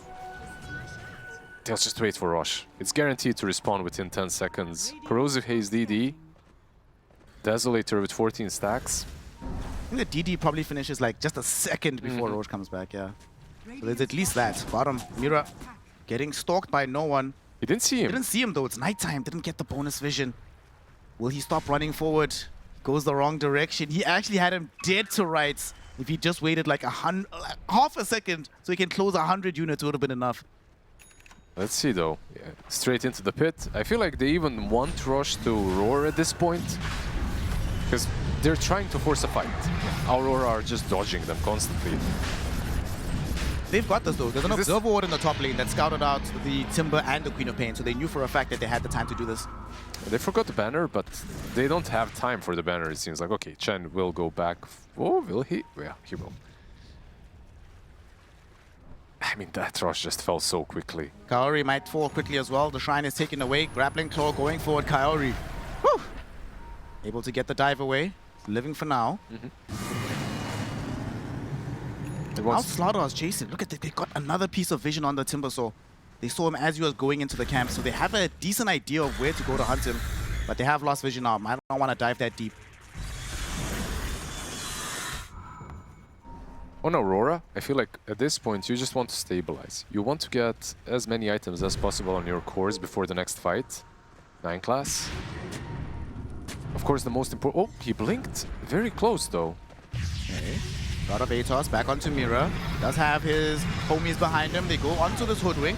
Fortunately, can't blow up just yet. Instead, it's Queen of Pain who jumps in, looking to try and take down Mindclaw. Sonic Wave doesn't achieve it just yet, but with the power shot and an additional scream, they make it happen. They need to get away though. Right now, this is every single fight. 9 class dies, and then they get punished. They need to find a way to disengage. So far, so good for Aurora. BKB, I believe, yeah, it is done on the Timber Saw too. So you have another hero that can maybe start things off. So far, it has always been Mikoto, right? Like, it's this Queen of Pain, everything is on her. Like, Yeah. have to do the damage, have to blink in and bait everything. Oh, Mira will probably end up dead here. Gonna try his best to waste time, but fortunately for you, Satanic is there with the Echo Slash. Very easy kill. And that's an MKB in, what, 400 gold on Kaz? God. Wind Ranger is no longer safe. Dude, he's 6,000 gold almost ahead of her. What's happening? Well, 705 usually does that. The homie Nightfall, 3, 3, and 5 for himself. Not too far away from a BKB. But he needs to return home and assist with his defense because Satanic and the boys, they want to try and get a lane of racks. And Satanic wants also some fried eggs. Kaori going to be forced back on this Phoenix. They do jump into Satanic right now, though. Sunstrike actually kills him. He came back with the Sunray, which made it so easy for the Sunstrike to connect directly on his head top. Yeah, the prediction was kind of easy to make. Bless now going in, Corrosive Haze out onto WS. They force out the BKB, and there's a big Sonic Wave though coming in from Makoto, which brings down no one. WS though may be overextended right next to Satanic and Triple S. Doesn't die just yet. Nightfall instead also able to bring down 9 class. That's so they're holding it down. WS not gonna tick out. He survives towards the end. Kez able to come back with the BKB looking towards Nightfall. There are the additional flashes. Look at the damage emerging from him. Nightfall is going to die. MKB plus Deso plus the BKB. This hero is a monster, but now the BKB is down. Perhaps they can punish this. Mikoto, BKB of his own, trying to escape. Bushwhack directly onto the Kez. Satanic throws out the Raptor dance. Look at the damage going in from him. Chen comes in with the all heal. WS trying to run before he dies to the damage of the Kez. He will be able to escape momentarily. Kaori helped him out somewhat with the Sunray, and they've managed to control and corral this is and isolate the Kez long enough that they finally bring him down. This looks like Elden Ring, you know, he's, I don't know, this Kez hero in the current state, with the current farm, is they barely managed to kill him. Yeah. They managed to kite him out somehow, but of course he didn't have the BKB that he already used. He didn't have the ulti, Aegis was gone already. Kind of a W for Aurora, I have to say though. All things said and done, they killed Invoker very quickly, like he was completely out of position. They managed to take down the Aegis as well in the same go. Yeah, sure, you lose the Wind Ranger, but at this point, she didn't even have a BKB, right? So it was inevitable that she was going to die in that fight. And you also defended the high ground, didn't even lose the tier 3 tower. Pretty good hold. No one. Stalking around bottom where the Timbersaw is. Makoto's also in the offings, chilling underneath an Invis rune. Everyone is here. WS. WS is going to be the one that cops the first tornado. EMP will drop down as well. Doesn't want to BKB through that, but no one is forced to BKB through the ATOS. 9 class doesn't have that same option, however. Slowed down by the Chakra, chased by everybody. He will die. WS did come surprisingly close to joining him in the grave, but he gets out scot-free. Yeah, the Bloodstone this time around, not really helping out the Lash. Overall, 9 class has his own style of playing Dota, you know, and his own itemization that probably would not work on most of us, but he's making it work. It's always just a 9 class game. Cannot draw like broader lessons about Dota by what 9 class is doing. He's playing a different game than you. I mean, it's nice to have Veil, it's nice to have Spell Lifesteal on Lash. But usually when you're a core Lash and you have this Bloodstone, you also have another item of resetting, like a Yules or a BKB, something, you know, Greaves perhaps. He's a little bit squishy even with the Bloodstone right now. But he has the passive, which is still nice. He'll respawn and join up with his team. Still quite a while until we have an Aegis, so they are encouraged to fight instead. And they have an Observer Ward. They see Nightfall perfectly. They know exactly where he's at. They get him. They burst him. He had no idea what was coming his way. It was way too quick. farming in the triangle. They didn't really check for vision. Invoker. He's here around the shrine.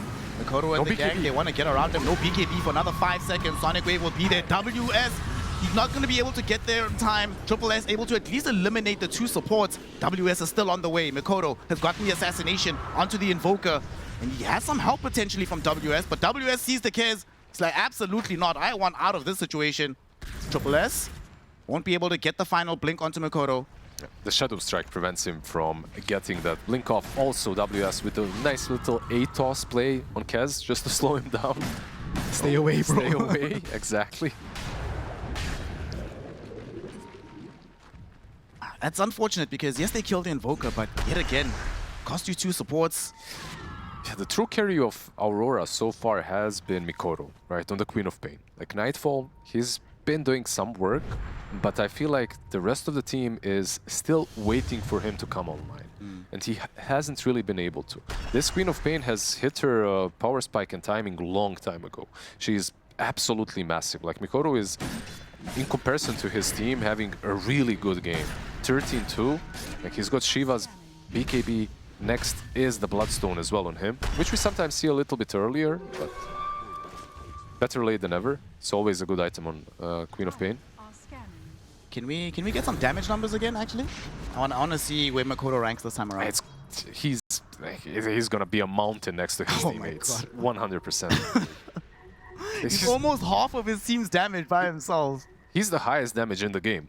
34k on him, 31k on the Kez. Kez wants to increase that damage number. He's going to smoke up with his crew. No way, Nightfall's not going to die in the same spot twice. Yeah, he's like, nah. Shout out Nightfall for the game sense, because he definitely would have died. Instead, they go kill Mira, but whatever, who cares? Mira's going to keep dying in this game, already on his 12th one. What's one more? He doesn't have the greedy, unfortunately, so no chance to at least get some gold in the grave. Mikoto now has level 25. Went for the blink cooldown. Kaori?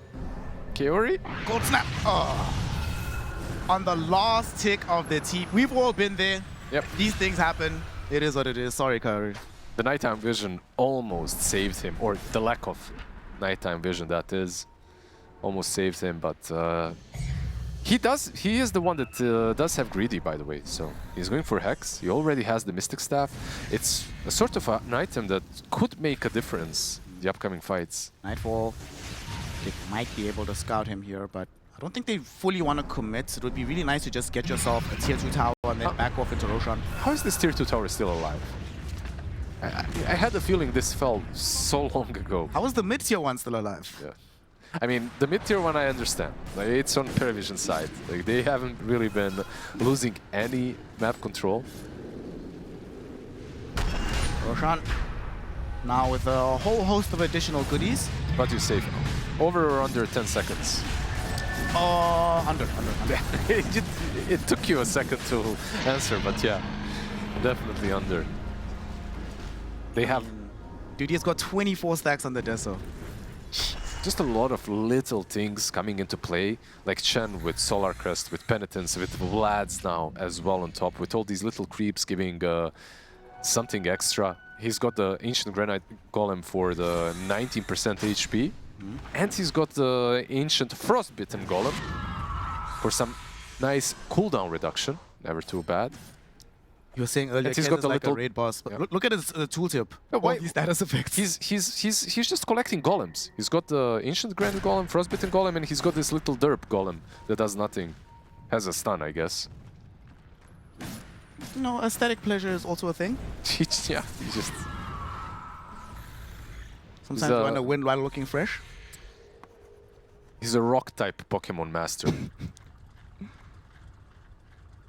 Aurora, we're 40 minutes in now, so what's the plan? You know at some point they're going to try and assassinate you with this Aegis and push high ground. How do you stop it? Is there an item on the horizon that's going to help in the upcoming defense? The Bloodstone is still queued up for the Queen of Pain. Windranger already has the Reverence Brooch.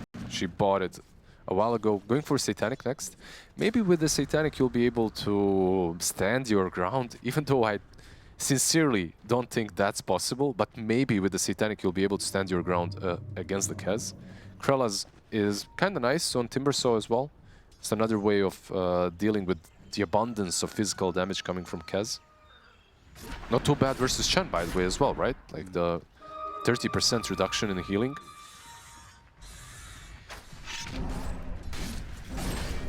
As things stand right now, Mira and the gang sitting together. They don't want anybody to get caught out alone. They see this Kez. They know what's coming. It's a double siege wagon wave, so ParaVision will try to do something here, but they're playing very disciplined. They're not going to overextend. They're not going to just throw somebody onto the high ground. They are going to wait for the opportunities. They are struggling to get some vision into the base. Does Ducalis have a ward? He does, but it's in the backpack for now.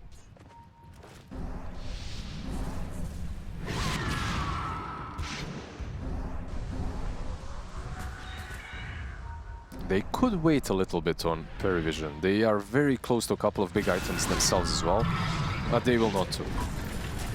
Already the banner is there. Nice bushwhack from the Hoodwink to drag as many of the creeps as far from the nice banner as banner, possible. because you cannot pull, like, your point is good, but you will not pull the siege creep away. Like, it will stay there. Look at Nightfall. Going to the high ground to try and deal with the banner. I mean, this is a very cool placement for the banner. Pop. They're going in. Queen of Pain, she's in danger. Almost just heads up dying. She might still tick out in the end. She's fleeing for her life. She's in the fountain. She will live, but she's going to be stuck there for a little while longer. In the meantime, at least they did manage to get rid of the banner. So the tier 3 tower survives till the end. So it's like, you're in a checkmate position. If you don't go for the banner, you're losing your tower. If you go for it, you're probably losing a hero. Queen of Pain, yeah, like you said, if he didn't blink into the fountain, he's absolutely dead. Yeah, 100%. The dots were enough. Did you see how big the stack was? It was 1,300. Kez. Crazy. Kez getting caught out right now. Still has an ages to play around with. Not dead just yet, but finally will fall. Mikoto from the high ground got a very nice sonic wave, pushing all the heroes away from the egg, having it burst onto the Leshrac and also connected onto the Kez as well. On the far side of the fight, Kez is dying, but the general heal keeps Satanic alive. Now instead it's going to be Nightfall that ends up dying. No one controlled him perfectly, and Kez is now ready to turn around and get the damage into the fight. He brings down Kaori. WS is right next to no one with Mikoto. The SSS gets the stun onto Mikoto, preventing him from easily killing off no one. Finally, no one does die, but Mikoto will have to sacrifice his life for it, and nobody is left that can deal with Satanic. He is going ham. He's got himself an ultra kill, and Mira has to flee before he delivers him a rampage. This Kez, whether life 1 or life 2, just cannot be dealt with. Yeah, now the Solar Crest, and he goes ham on the towers as well. There is a couple of buybacks. They do have the glyph, they just expanded it. They will have to use all of the buybacks though. The Queen of Pain and Nightfall, I feel like they have to use them. Mikoto brought back here, cannot afford to make any mistakes. His BKB is still at the ready at the very least. But with the Forge Spurs, they take down the tier 3 tower. Down bottom, there's double range creeps also taking down that tier 3. Satanic putting in these Echo Slashes. Mikoto will still be fine for now. It's all about the Slardar. We're all waiting just for his initiation. That's it. Look how confident Satanic is. He knows that while Nightfall is in the grave, there's literally nothing to threaten him. He actually just goes back in. Raven's Veil puts in the burst damage onto Mikoto. Does get Hex for his troubles. Bushwhack to a tree. So we'll need to try and get out of here. Satanic just pops the Raptidons. Okay. Should be okay. BKB activated. Beautiful sonic wave from Mikoto. Satanic just trying to TP out right now. He'll succeed. Ducalis will also make it. Mira's bushwhacked a little bit too late. Yeah, the BKB saving the day there for him. And I was a bit wrong. Like, they didn't have to buy back everyone. So it was only the Queen of Pain that was forced into the buyback, and it's only one side that you lost in the end. The sad part for Aurora, however, is the fact that that was a beautiful fight set up from them. The egg was perfect. The sun ray into an egg with the shard, everything was great, but then Invoker came. The Tornado was even better. Like, Tornado just completely disrupted their teamfight. I feel like he almost soloed the Nightfall in the end with the Meatball. Tornado into EMP, Nightfall disappeared. Kez, of course, doing work on the side. Just a little bit. Just quietly doing his thing. Just a tad, a little bit of damage. Now that he's got Daedalus and the Swift Blink, you know, I feel like he can dish out some damage. On the bright side, in order to win that fight, they did have to buy back on the Slaughter at that point in time. So if you can kill him by some miracle, that does mean that you'll have some portion of time where you can try accomplish something without the menace that he is. Radiant are It's a window. Like it's an opportunity for Aurora. Same goes for Queen of Pain, right? Like it kind of goes both ways. 2 buybacks were expended, so 2 big targets on both sides. Here we go. Smoke from PVISION. This could be a great catches that sort of end the game. Kaori. Kaori. Oh. There was a Phoenix. Yeah. Sauce, bro. A lot of ATOS will be thrown in onto no one. No one will actually activate BKB for this. Okay. Triple S as well. Wasn't able to get the blink forward for the crush. Just eliminates the creep wave instead. Seeing a lot of hexes being queued up, by the way, on one side at least. On PVISION, Leshrac already bought his, so did the Invoker. On the other, we have WS as well, queuing it up. Phoenix, of course, has one already. This late, like 45 minutes in, like, strategy is still very important, but initiating, catching heroes with a hex, like, it can be a complete difference maker even when you're 20k behind, if you find the right target. That's why the Invoker is trying to build into this Lincoln Sphere right now. Understanding the assignment that as long as I don't get caught immediately. It's a bit easier, I would say, to survive on Radiant. Out of ATOS. Yeah. WS, I think WS believes you that it's much easier to survive on Radiant because he is not surviving right now. Ripped to shreds by the Kez. WS double hex as well, by the way. It was from Lesh and I believe from the Invoker as well. So 1 hex after another. He literally had no chance. No chance. That's what you got. It was WrestleMania weekend, right? You gotta forgive me. It's fine. Invoker now has his own hex to play around with. We shall see where things go in the upcoming fights if they don't expect us. But they just want to wait for the Roshan. Get the next Aegis. I mean, there have been times where Kez could have died. And he has, of course, like sacrificed that Aegis a couple times, but PVISION's been very disciplined about trying not to fight unless they can guarantee that this Kez will live through it. PVISION, they're just very disciplined right now. They're playing the map. Like, even with this kind of a lead, they understand that pushing high ground, Kez, actually... Onto Nightfall, good God. Almost soloing him by himself. The rest of the team isn't even here. He's attempting to TP out, and he will make it. Okay. So he went, what, 1 versus 4 and still survived? Almost killing Nightfall. Did force out a BKB, by the way. And Roshan is up. This would be a really good opportunity for Aurora to take a fight, maybe smoke up, force the fight while his BKB is still down. If they win a fight, it could be an Aegis as well, so... The problem is Nightfall also BKB'd, right? That's true, yeah. He's gonna feel very skittish, especially with what happened in the last fight with the Invoker. Well, He needs a BKB. he needs it, but if they both have BKBs, I feel like Kez is in a stronger general position, so... Hex coming out onto the chin. Ducalis brought back with the bushwhack. Should have enough to bring him down. Kez. Sunstrike will not connect onto Kaori, so he will be allowed to live in the end. Hey, it's a tier 1 push. Let's go. Let's go. Or straight into the pit. everything. Tower is under attack. Okay, they're gonna try and angle towards the Roshan. We'll have a Hellbear Smasher sent over to just scout things out. They buy back on Ducalis. They do not want to give anything towards the side of Aurora. Radiant's middle tower. 9+ waiting in the wings here in the trees, prepared to just blink in and lay out some big damage. He'll back off for now. This rush, this Aegis, it can decide the game. If Aurora can get it, it would be a massive boost to their win probability. But there we go, another smoke. The idea remains the same. The only problem is now that the BKB on Kez is back up. At least they have their own BKB, and they have buybacks now on the side of Aurora. Only the Queen of Pain, important buyback they're still waiting for. Both sides smoked up. It's gonna be him heading directly towards each other. Mira breaks the oh my god! Yep. Wow! Wow, all right, let's get out of here, boys. Time to run away. Corrosive Haze onto WS. He needs to get out. The 9+ leaping in, getting the Hex out onto 9-4. He gets the Split Earth as well. Triple S though couldn't find the follow-up blink, so he's gonna be fine. In the meantime, Satanic zones back away WS onto their own high ground. And they are now inside the pit on the side of PVISION. They can dictate how this fight is gonna go.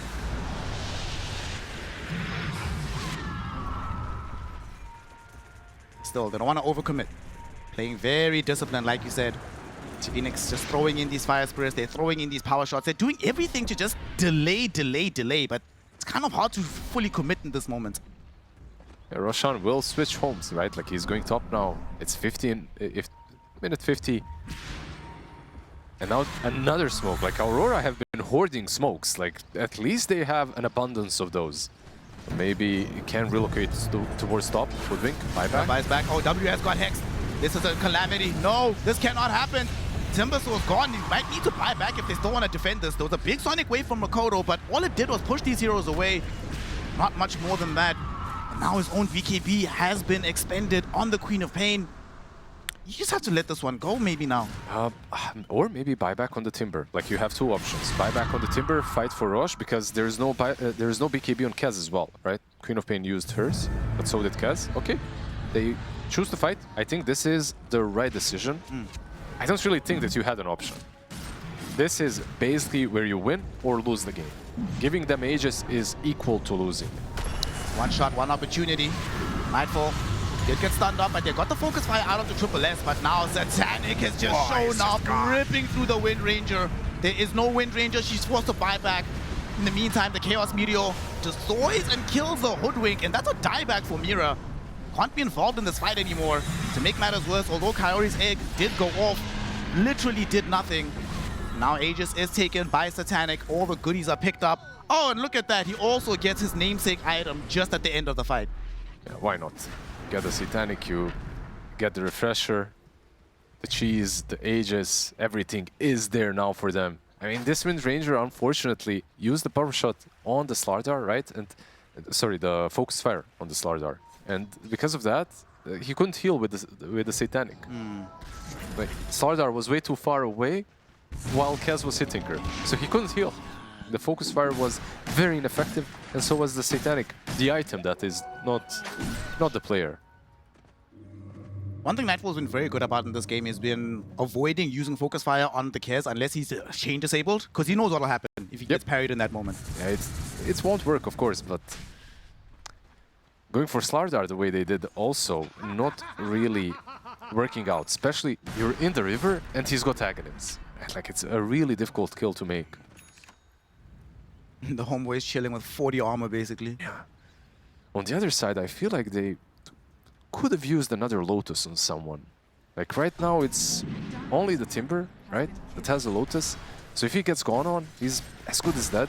Yeah. And it's your tankiest hero in the game. Certainly doesn't look it the way that this Kaz has been exploiting him. Now Satanic and the boys, here they come. Tier 2 tower, or Tier 3 tower, just a touch away from falling over. Full lane of racks will be available.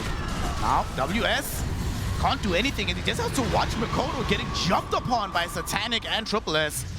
There was a sonic wave pushing some of these heroes back to keep them alive. Big Chaos Meteor from the Invoker. They take down Mira yet again. Supernova is in a very good position, so maybe it'll be able to stun off 9 Claws at the very least. Indeed it does so, but they can't kill him off because Satanic has just rushed back in, looking for Nightfall, getting the dieback out of the Wind Ranger, and now he has declared himself as by far the strongest hero on the map. GG, well played is called.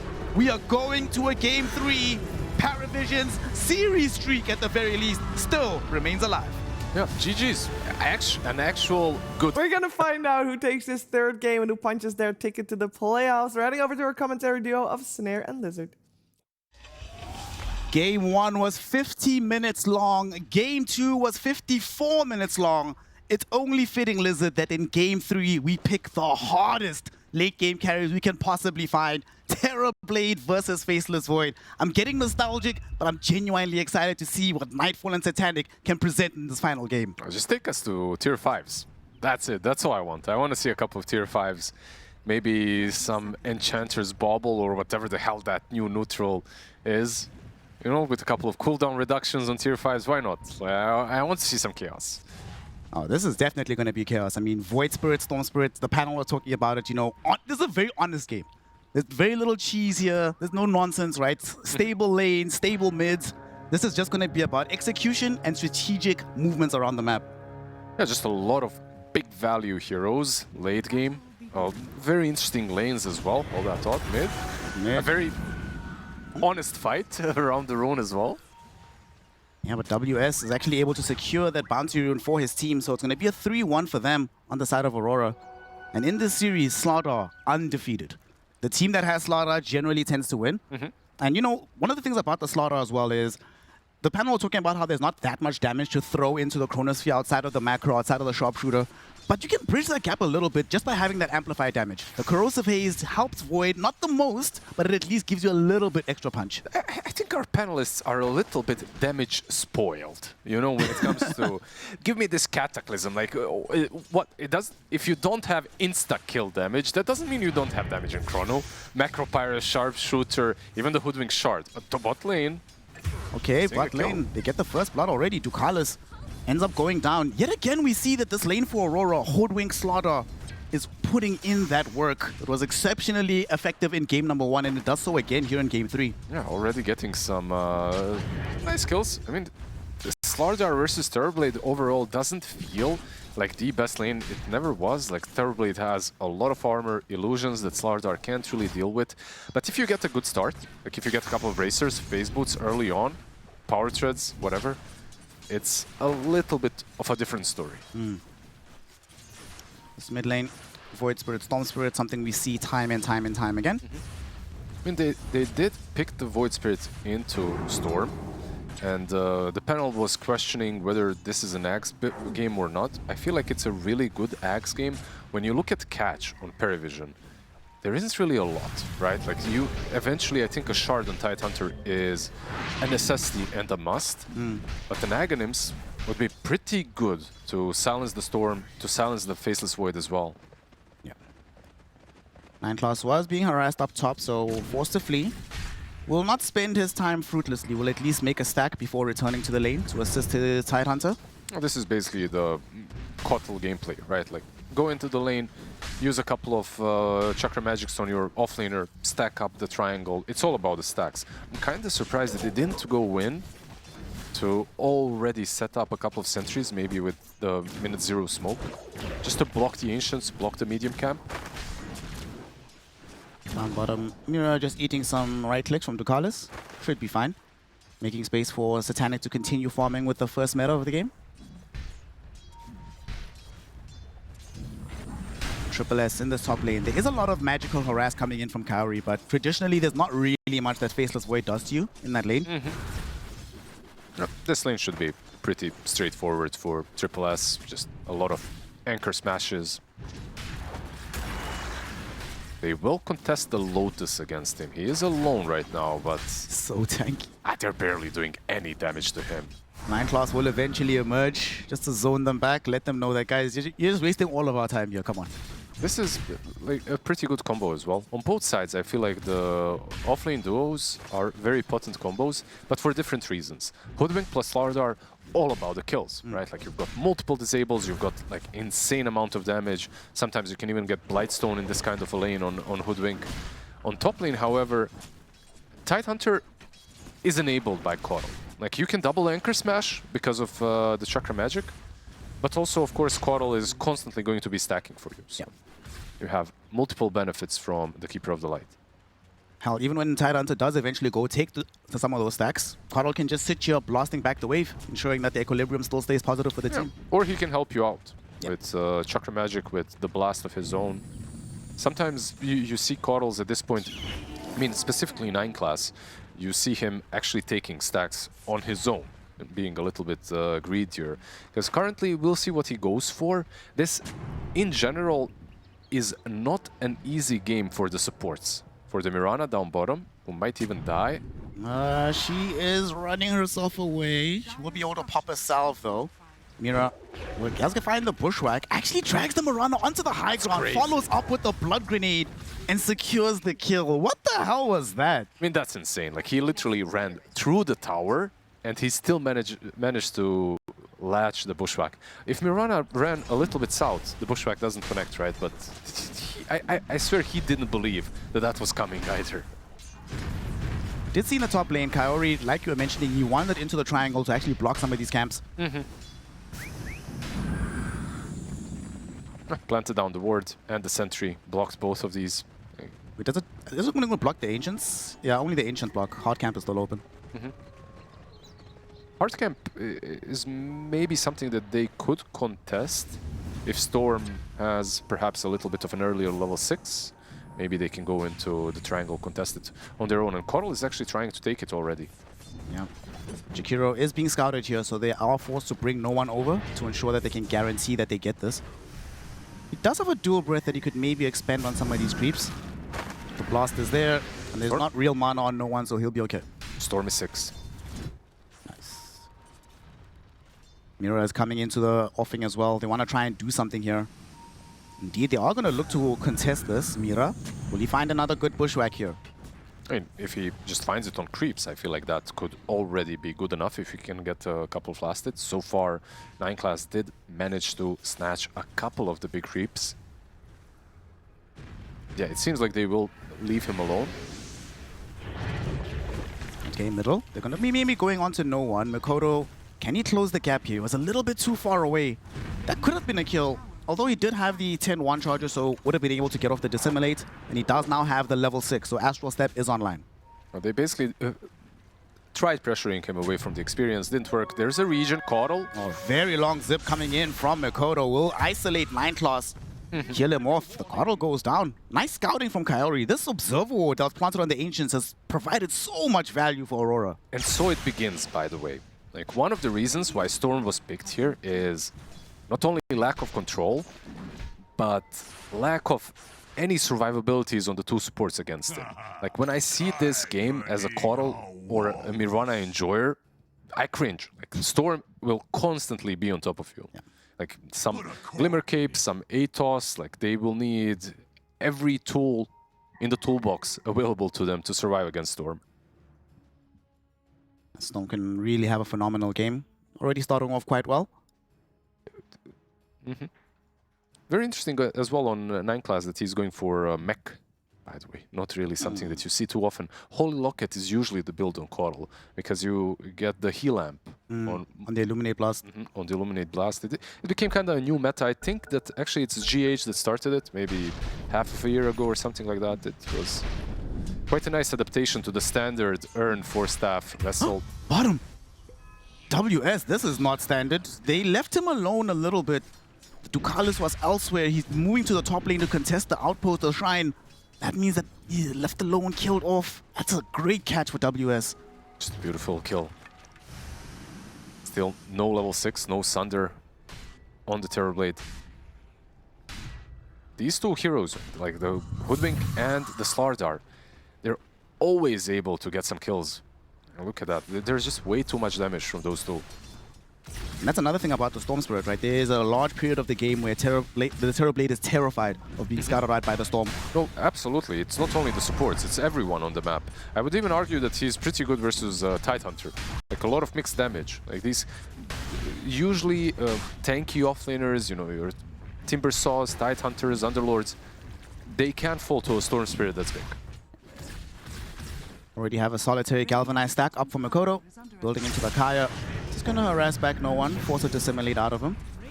And there's no supports nearby to contest for these runes, so it'll be the luck of the draw.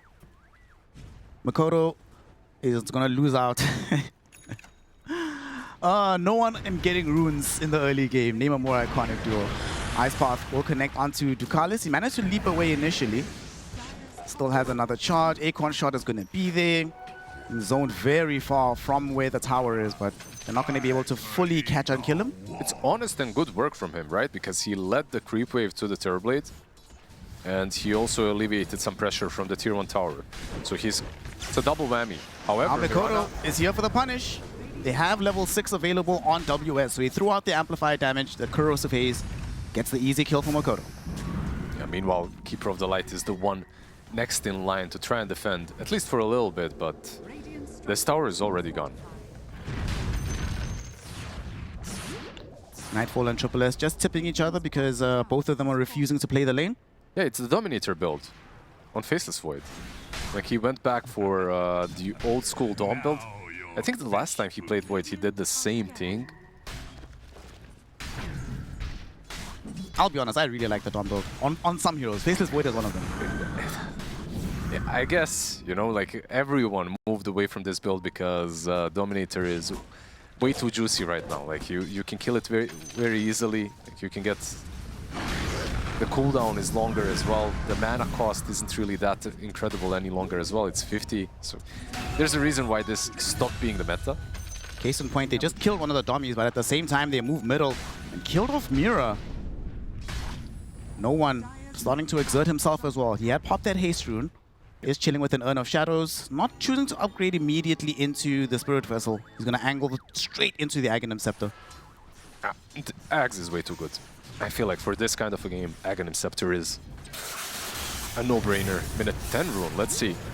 Okay, it's going to be Tukalas not being able to pick it up because Coyote grabs it in front of him. Does mean that Mikoto doesn't grab it, but Mikoto won't mind. He'll claim the kill instead, get an additional Galvanize stack, and consider that a worthwhile trade. Yeah, 3-0-0 so far, so good for the Storm Spirit. Doesn't really have a lot of resources. They have smoked up. They want to contest the Ancient stack or maybe the Tidehunter top. Let's see where they go. Terrorblade currently farming in the stack. And indeed, they are going to come back towards mid lane. No one jumps onto Mira, kills him off. But will he escape is the question. Do they have the Ice Path? They do not, but they do have more than enough damage. Mikoto involved in his 4th kill of the game for Aurora. Nicely done by Nightfall. Once again, he does... nicely done. He didn't really contribute a lot there. There were no steps, no spells from Void Spirit.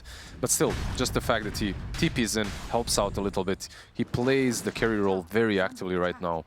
And he doesn't really miss out on farm because of the Dominator, right? Like, all this time that he's been TPing mid, moving around, the Centaur has been dragging the wave or last-hitting for him. So, not too bad. Basically, nothing was lost with that TP. Yeah. Also, the Terrorblade is going to start moving top, middle. Kaori wandered into an awkward position there, was trying to just lay out some vision. Did manage to plant a fairly deep ward, but dies for it in the end. Game is hot. Yeah, we were mentioning how good of a game this is for Storm Spirit when it comes to catching the supports and the carry. You could argue it's more or less the same for the Void. The only difference is the supports on Aurora, they have a little bit more disables, right? Like, you have the Bushwhack, you have the Ice Pad, so it's not as free to catch them. They're gonna all TP mid. They might smoke up for this now to reveal the Blink Dagger on Slaughter. Mira getting aggressed upon it yet again by no one. Kodo zones him back. Triple S under the Moonlight Shadow. He's walking in, has access to the Ravage, but he gets scouted by the Tier 1 tower. Aurora know that they have to run. WS did still find Tukalas on the other side of the river. Got the vision on top of him with the haze. Got the right clicks and secured yet another Mirana death. It's a 5th of the game so far. 5 deaths in 12 minutes. It's tough, gang. Yeah, it's super tough. Considering that Mirana is one of those heroes that does have a little bit of mobility built in with the leap charges, but it's still not enough. They're gonna smoke up Void Spirit and the Coddle. They are shadowing Triple S as he moves back into the top side of the map. Ideally, you catch Nightfall here, but Nightfall's already out, playing in a very safe place right now. And he's backing. He's not going to go back into the lane. He doesn't see any of these heroes. He's like, yeah, something feels very fishy. The Dominator creep is about to creep skip top again, by the way, so they will take down the Tier 1 tower mid lane. Lane, it's going to be Mikoto putting pressure onto Triple S right now. Does still have Ravage at the ready. He's pump faking it, making them think twice. No one at the same time will jump onto the backlines, finding Mira. Mira's going to be the one that dies underneath the Solar Bind. TP out from Jakiro. Aether Remnant still on cooldown, so he gets to live.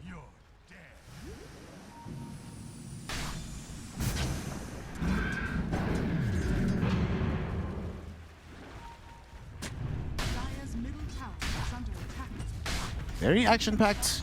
First 13.5 minutes, almost a kill a minute. Triple S now with the Consecrated Wraps feels very comfortable posting up in front of this Tier 1 tower. It's one of the rare heroes where I really like the item. WS.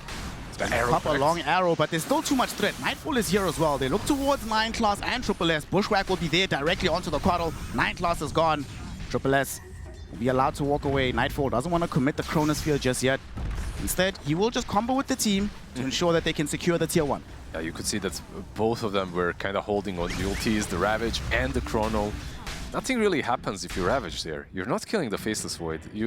I think to kill the Faceless Void, they actually need Solar Bind, right? And the Coddle's ulti was already gone, so that extra damage just isn't there. Currently, there's a little advantage for Aurora when it comes to the tempo and the pace, because they do have a blink on Slardar. So they can play the map a little bit faster, and I feel like ease of executing the heroes is also on their side, with the Hoodwink, Sharpshooter, Corrosive Haze. Triple S is going to try and make this game easier for a squad by going directly into a Blink Dagger after the wraps. Shard to follow up as well, like you mentioned earlier. They need the Dead in the Water. One of, honestly, rarer builds now on the Tidehunter. Yeah. Seeing a blink. Everyone's going for like all of these auras these days. Everyone is doing just Vlad's into Aghanim Scepter. Sometimes you get a pipe, but a blink became like a forgotten item on Tidehunter, as silly as that sounds. Right now the team is just focused on this tier 1 middle. Aurora are smoked up elsewhere on the map. They might come in from the south side. WS is leading the charge with access to the Blink Dagger. He sees Ducalis, not again. Ducalis does manage to leap away despite having Corrosive Haze on top of him. Still, he's being targeted. There's the Chrono catching both supports. The Ravage will be there, stalling out the damage from the Faceless Void, and a huge anchor smash. He barely managed to time walk away. He will live. WS now finding the additional stun onto no one, but he has to back off. Doesn't have enough damage to keep the fight going. As Terrorblade has now shown up, Satanic wants to put out some right clicks, but they have lost their control as no one is being zoned back by Makoto. Makoto, though, is running out of mana. The Aether Remnant pulled him close. He almost died there, barely managing to zip away in the end. Yeah, you can see it's tangible, the lack of control on Radiant. They need, I mean, in the last game, it was very similar. I feel like they already need some Aethos. They need something. The shard from actually, okay, Tidehunter has a blink and the shard queued up.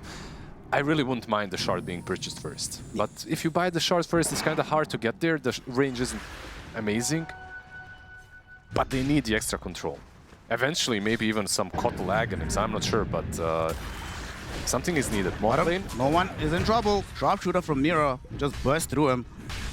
This is a deadly combination. These two heroes, I feel like from minute 10 to minute around 20, always have solo kill potential, or the dual potential. Satanic might also find himself being killed off here. Only has the Coddle in here to back him up, but Kaori finds the Ice Pot. There will be no Sunder. Instead, it's a dead Terrorblade. Mikoto styling in this game. 7-0-2, 9 galvanized stacks for the Storm Spirit. It was really close. Like, he was already about to lift his arms for the Sunder after the Ice Pat. The main reason why it was even close is the mech on the Coddle. It gave him a little bit of health, but still not enough. 7-0-2, like you said, 9 stacks on the Storm. It was a free Storm game. We are witnessing a free Storm game. Koto's feeling good about himself right now. Already has the Kaya Sanj. The SV chilling now, taking the tier 1 tower. So with that SNK, the King of Fighters item, keep playing aggressively with Mira and Kaori behind him. No real reason to play defensively here. And they are bringing everybody from ParaVision to try and defend their triangle. No one goes in first. Like looking for Mira. Should be able to get the grab onto this Hoodwink, and they do find him. The question is, how much further can they go? Drums will pop by Ducalis. They catch up to Kaori. This Jakiro should be dead meat. Held in position with the Solar Bind, allowing Satanic to get his own double kill. Put himself back on the pole position of the net worth. Pretty good play. They snuffed them out of the triangle. They do not have the tier 1 on top any longer, but at least they take control of the map a little bit. Terrorblade, like you said, top of the network, still farming pretty damn well. And most importantly, they're finding some use out of their heroes pre-Aghanims on Void Spirit. I feel like the huge power spike on ParaVision is the Aghs on Void Spirit and an eventual shard on the Tidehunter. He also has Blink Dagger, by the way. It should be flying out to him soon. Okay, we'll see if they decide to smoke off the back of this. Both supports are carrying them. Void Spirit not that far away from having his secondary charge return. Ooh, that's a huge deal. They killed a courier that had the whole quarterstaff ready to bring parts of this Witchblade over. A lot of damage now taken away from Makoto. Moonlight Shadow is also activated. They're stalking these heroes. They're looking towards them. Triple S, he's going to reveal the Blink Dagger. There's the Ravage catching absolutely everybody. But Makoto gets out. Chronosphere from Nightfall holds the rest of PVISION in place. They are all going to live on Aurora. How the hell did this man make it? Blink and you'll miss it. Just a beautiful save with the Chrono as well in the end to rescue his teammates. All things said and done, it's an even trade. A couple of very big ultis used on both sides. You could argue that maybe it's a bit better now that they take down the tower, but also meta was used. So Chrono on one side, Ravage on the other, plus meta. Damn, this was so damn fast. Oh my goodness, let's slow it down. How much HP was he left with before he died? 100 HP, literally one right click. Anything touches him and he dies. The fact that Nightfall was right there waiting with the Chrono manages to pop it in the end. Like, Storm was already out, of course, but still, was cool.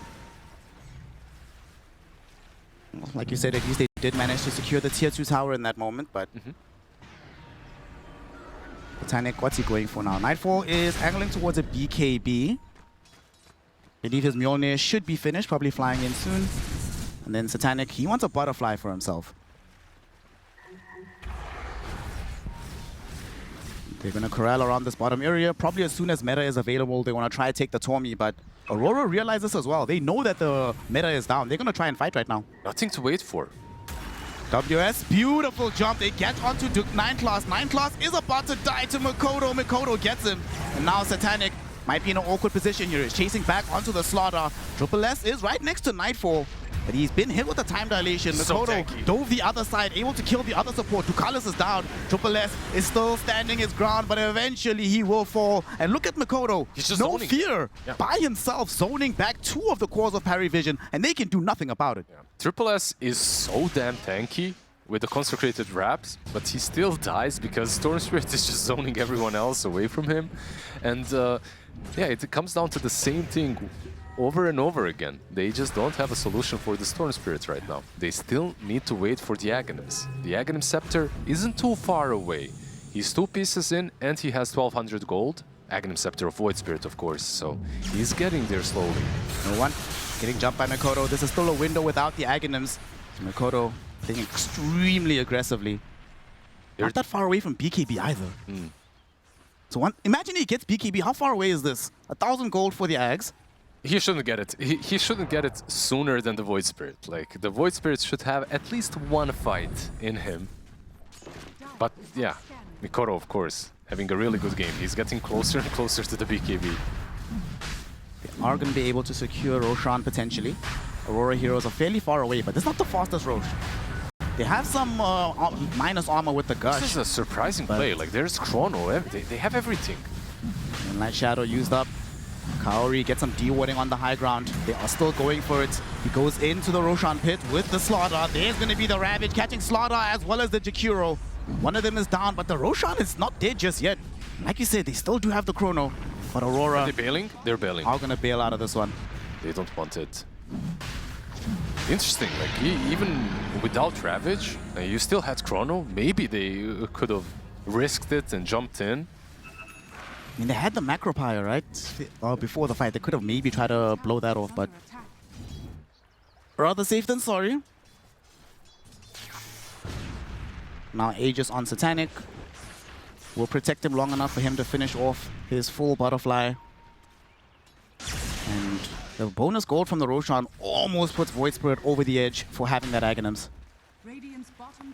It's like the last part. I have to be honest now, the last part is super slow. Like, he was supposed to have it already. I feel like this last 1000 gold that he's been farming has been... He moved a lot. Satanic. Wait, Makoto jumping in onto 9 Class, able to get away here. Nice ice path from Kaori to stall back some of the revenge play from PVISION. You get the reflection out of WS, but should still be fine. And now Void Spirit does have access to the Aghanims, but unfortunately these heroes are a bit too far away for him to employ that item. They had 2 items, 2 big items that we talked about. the Aghanims on the Void Spirit, and of course the Shard on the Tidehunter. So Tidehunter right now is no longer only the Ravage. Now you have Big Dead in the water. Can be massive versus the Spirits, versus the Void as well. Void Spirit will reveal the Aghanims. Kaori, as usual, given as the sacrifice. And there's the Dead in the water onto Mikoto. This is huge. Arrow. There's no Ravage, but there is an arrow. It connects flush. Can they find him? Aether Remnant misses. Okay, comes through on the second turn.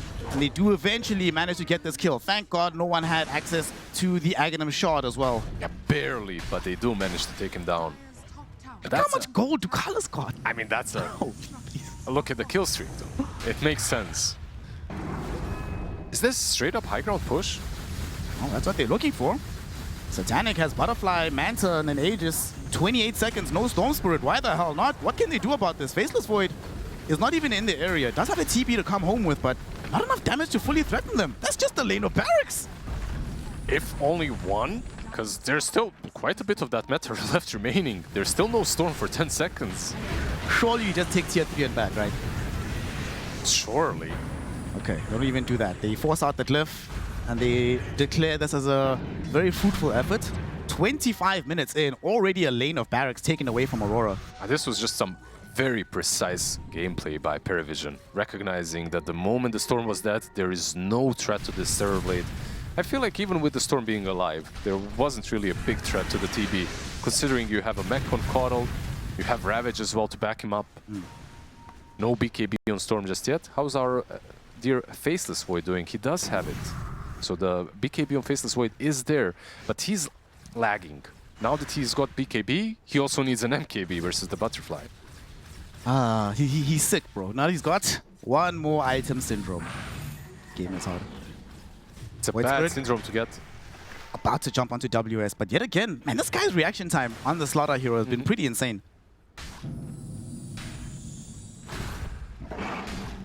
PVISION, they know that the glyph is down, not available. But they are going to come in with the meta. 90 seconds still remaining on the Aegis.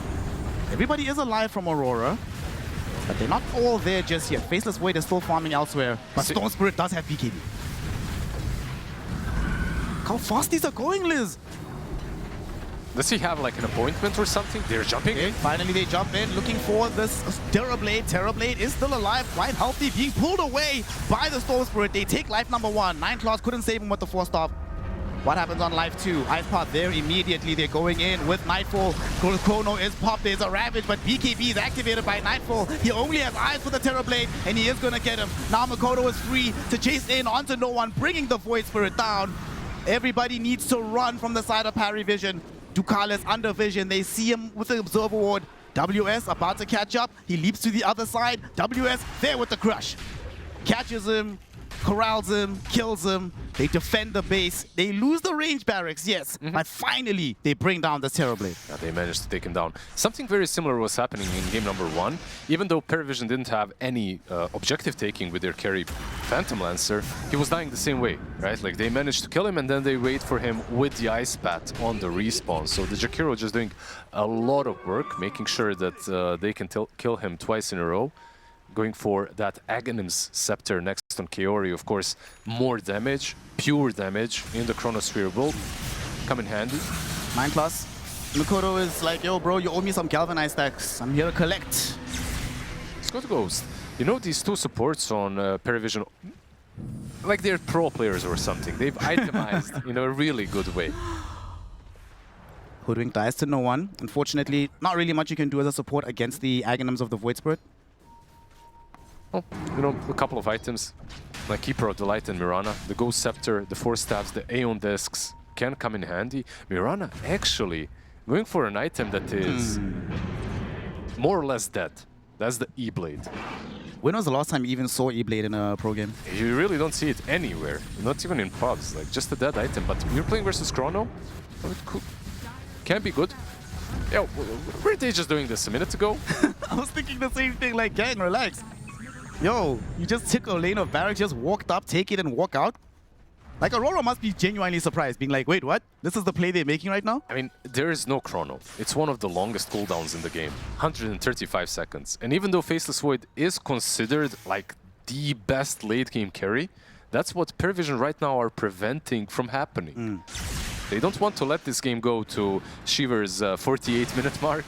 Wait, what did they say? So Shiva said 48. We went 45, 45, and and was T like wants 60. 50, I think. He said, oh yeah, he said 50. He wants 60. He's not gonna get greedy. Yeah. That's what he said. That's what he said. It's only 20 minutes away for that upper bound. Also, I just went to check. In the entire patch, this E-Blade has only been purchased 6 times across all professional games.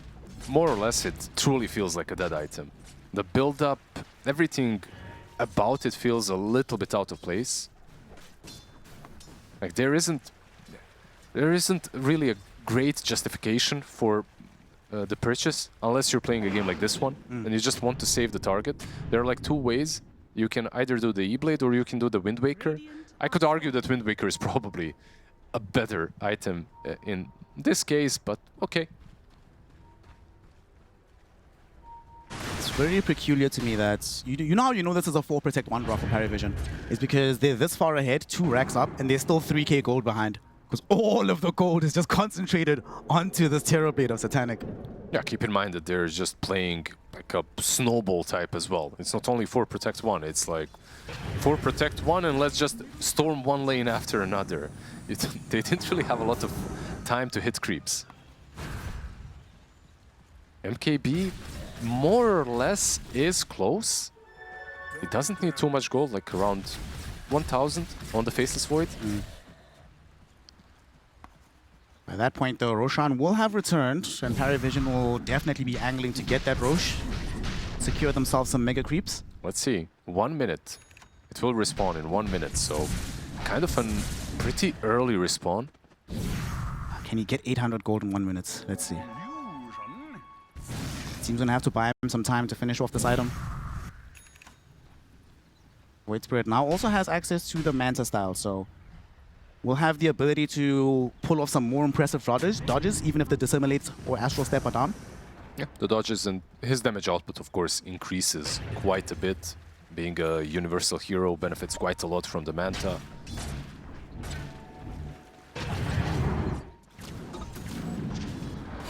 "31 minutes right now. Aurora backs against the wall. Gaben is saying it's, what, 25% that they can win this. But it'll start with having to deal with this gank that's coming towards them, because they smoke up on the side of PVISION. Let's see if they can find anybody. No one. Heading in the right direction. Just doesn't have vision on the high ground, so... Smoke on both sides. Okay. This Roshan can be game determining here. Absolutely. It's a crucial rush and 5 gold away from MKB on the Faceless God, Void. are you He's kidding? so close. Parasma as well, flying out to the Storm Spirit. He just bought it. It's on the way from the courier. Okay.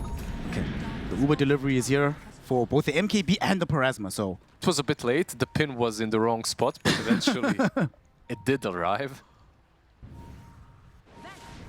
Moonlight Shadow activated by PVISION. They are out of smokes at the moment. Well, they still have 2 more, but they don't want to expend them all so quickly. Parry chilling on their high ground. Rana Mirana gonna get caught. Ducalis. Woo! just disappearing. Ducalis is literally half of the deaths that PVISION have suffered in this game. Yeah, it's rough out there for Mirana enjoyers. You just get scouted by the slaughter. All of a sudden, your time playing the game is over. One of the reasons why Mirana's die so much is because of the skill build as well. Like everyone is just maxing out Starstorm and you're keeping Leap on level 1, so you kind of die quickly. Illusion is in the pit. The scout things. Okay. I don't think they let this go. Yeah. Satanic also just finished the Daedalus, so the damage output is very high. One of the drawbacks of the Mirana dying so much is that she's relatively low level. Comes back into the game quite fast. Yeah, that's always the best silver lining. Low level, respawn fast, cheap buybacks. There we go. Yeah. Smoke up from Parry. Gonna try to go for the full wraparound here against Aurora. This is a full wrap gang. They're not gonna take this path uphill. They're gonna go all the way around for this one. The way they're pinging makes me think like they're going high ground at this point. And I'm talking about the base, but no. Hoodwink. Hoodwink will break the smoke, sees the Void Spirit as well as the Tide Hunter. Able to get to the low ground thanks to the Sharpshooter knockback. They do put Corrosive Haze out onto Triple S. Ice Path is there as well. But they're trying to zone them back. They have no real interest in pursuing this fight. So the stalemate will continue. Just a beautiful heads-up play from Ira, knowing where most likely the smoke was coming from, breaking it, and also staying alive. Okay. Storm just going to deal with these illusions. Run ult now, though. Okay. There is a sentry very nicely placed alongside an observer, so the obvious paths are blocked off from them. So we'll see which path they decide to take. Kaori? Kaori. Oh no, Void Spirit. Able to assassinate the Jakiro. Okay, now things have changed. You have a numerical advantage. You might have to buy back on this Jakiro. He was so close for Axe as well. They're going in. Satanic! He's going to find himself getting stunned off. Mikoto directly on top of him. There is a Ravage to try and stop this, but BKB was activated by Mikoto. Satanic does get the Sunder, but it won't matter because Nightfall has the Chrono. Kills both him and 9 Class. Now Nightfall wants to continue the fight, but no, Void Spirit with the Astral Step and a huge silence. He kills Nightfall. He will get caught back by Mikoto, dragged back into this fight, but they can't hold him in position. He jumps out and survives. Mikoto forced to zip away now as his BKB expires. The same is true of the Slaughter. They did some really good work. They did bring down the Terrorblade, but losing Nightfall is a huge loss for PVISION or for Aurora. It's a massive loss. This fight is not good for Aurora. Why is it not good? Because the moment Faceless Void respawns, he will not have Chrono for another minute. Meanwhile, Terrorblade, like, he has meta. He will be very happy to just straight up go into the pit. Most likely, that's what I expect from them. Roshan is changing spots, of course, going down bottom. It's actually so good for them that he's going bottom because they can start slowly but surely pushing in this bottom wave and then engage the fight when they're ready. Yeah, Aurora, right now, they have to find some geniosity, you know, that little spark of genius. Oh, here's the spark perhaps, going on to 9 Claws, managing to bring him down. No one will not be as easy of a customer. Still alive, has a big resonant shield up. Yeah, that wasn't really what I was talking about, but yeah. Slardar does fall. No one put a lot of pressure onto this map right now. 5, 3, and 8 on the Void. He's going to go for the Shiva's Guard next. Not going to opt for the big damage. He's going to leave all the physical damage to Satanic, who does have the full Daedalus, Butterfly, Hurricane Pike, serrated, alert, serrated Shiv. Cool story, bro. 30 seconds without a Chrono. Okay, but they might still fight here. Jump in onto the high ground. No one able to just separate this fight, silencing absolutely everybody. Mira gets forced away, almost died, but now Mikoto dragging Triple S back into the Macropire. The burn from Kaori. This Aghanim Scepter proving its value for the Jakiro. On the stairs as well, right? Like the perfect position, the ramp. Can Storm snatch this? I feel like he's going to jump in. Chrono, by the way, is 5 seconds. 5 seconds. Kaori does die, but it's 5 seconds Chrono. Is he gonna go for it? There goes the Storm Spirit. Mikoto got it! He snatched the Aegis and they got the 2-Euro Chrono. Terrorblade has gone alongside Ducalis. Put in the tips for Mikoto, because this man is saving the game for Aurora. What a grab from the Storm Spirit. Yeah, he got it. He got the Aegis. The Chronosphere as well was just perfect for a couple of kills afterwards. That was game, by the way. That was game deciding right there for PVISION. If they could get the Aegis, suddenly you aren't afraid of dying first to the Chronosphere, and then you can fight again. Without it, usually that means that the Faceless Void's game is absolutely over. But the delay from Aurora was just perfect. This here, like Kaori with the Aghanim Scepter actually delaying for quite a long while, SSS dying in the Macropyre as well. It was a big deal because they're wasting time on PVISION, right? Like they're wasting time, they're not hitting Grosh while this is happening. And all of that makes sure that Faceless Void has the Chrono and that Storm Spirit has the info to jump in. That also might explain why Satanic felt so desperate to go back into the pit, right? He knew that the Chrono's gonna come back soon. You have to get it right here and right now, but oh, Mikoto. Whew. Yeah, shout out Mikoto. What a player. You can see why PVISION wanted to end this game a little bit sooner, right? As time passes, as time goes on, Faceless Void and Storm Spirit, they do become stronger and stronger. Faceless Void now with a Lincoln Sphere as well, a little bit more of a defensive approach, protecting himself from the Sunder, from Dead in the Water as well, of course, and the Hex that Tidehunter has recently purchased. How many times in your life have you been 2 racks behind but almost 10k up? It doesn't happen all too often, I'll tell you that. Well, with Faceless Void, though, I feel like this is more or less according to the script. The hero looks really damn bad until suddenly he does not. You also now have a Hex available on Makoto. Yep. There's still no BKB on this Terrorblade. No BKB, there's no Lincoln Spheres in the game. Not even a Lotus Orb. Nothing to protect him from being jumped on by Makoto. Yeah, the BKB still feels sort of bad on PVISION, right? Like whoever buys it, they need it, but at the same time, you are playing versus a Chronosphere. The BKB on its own usually does not fare well versus Faceless Void. And you have the Aghanim's Macropire now as well, right? So you're still going to eat all the damage in said Chrono. Yeah, but you still need it. Like you said, Hex on the Storm Spirit on its own is going to force it out. Tidehunter's also going for the BKB. So 2 of them are being queued up for parry vision. Yeah. 2 BKBs queued up and 1 Lincoln Sphere on Void Spirit, so kind of a similar approach. All into defense right now on PVISION. Tier 2 tower in the top lane. Looks like that's going to be the port of call for Aurora. Liquid fires are being spat at it. Makoto is putting in the right clicks. 19 galvanized stacks. Yeah, the thing is, they do have the Aegis on Storm, and they can force things, but I feel like they don't even have to be super aggressive on the side of Aurora. I think these heroes still scale quite well through the game. Faceless Void is not in his good old refresher orb state just yet.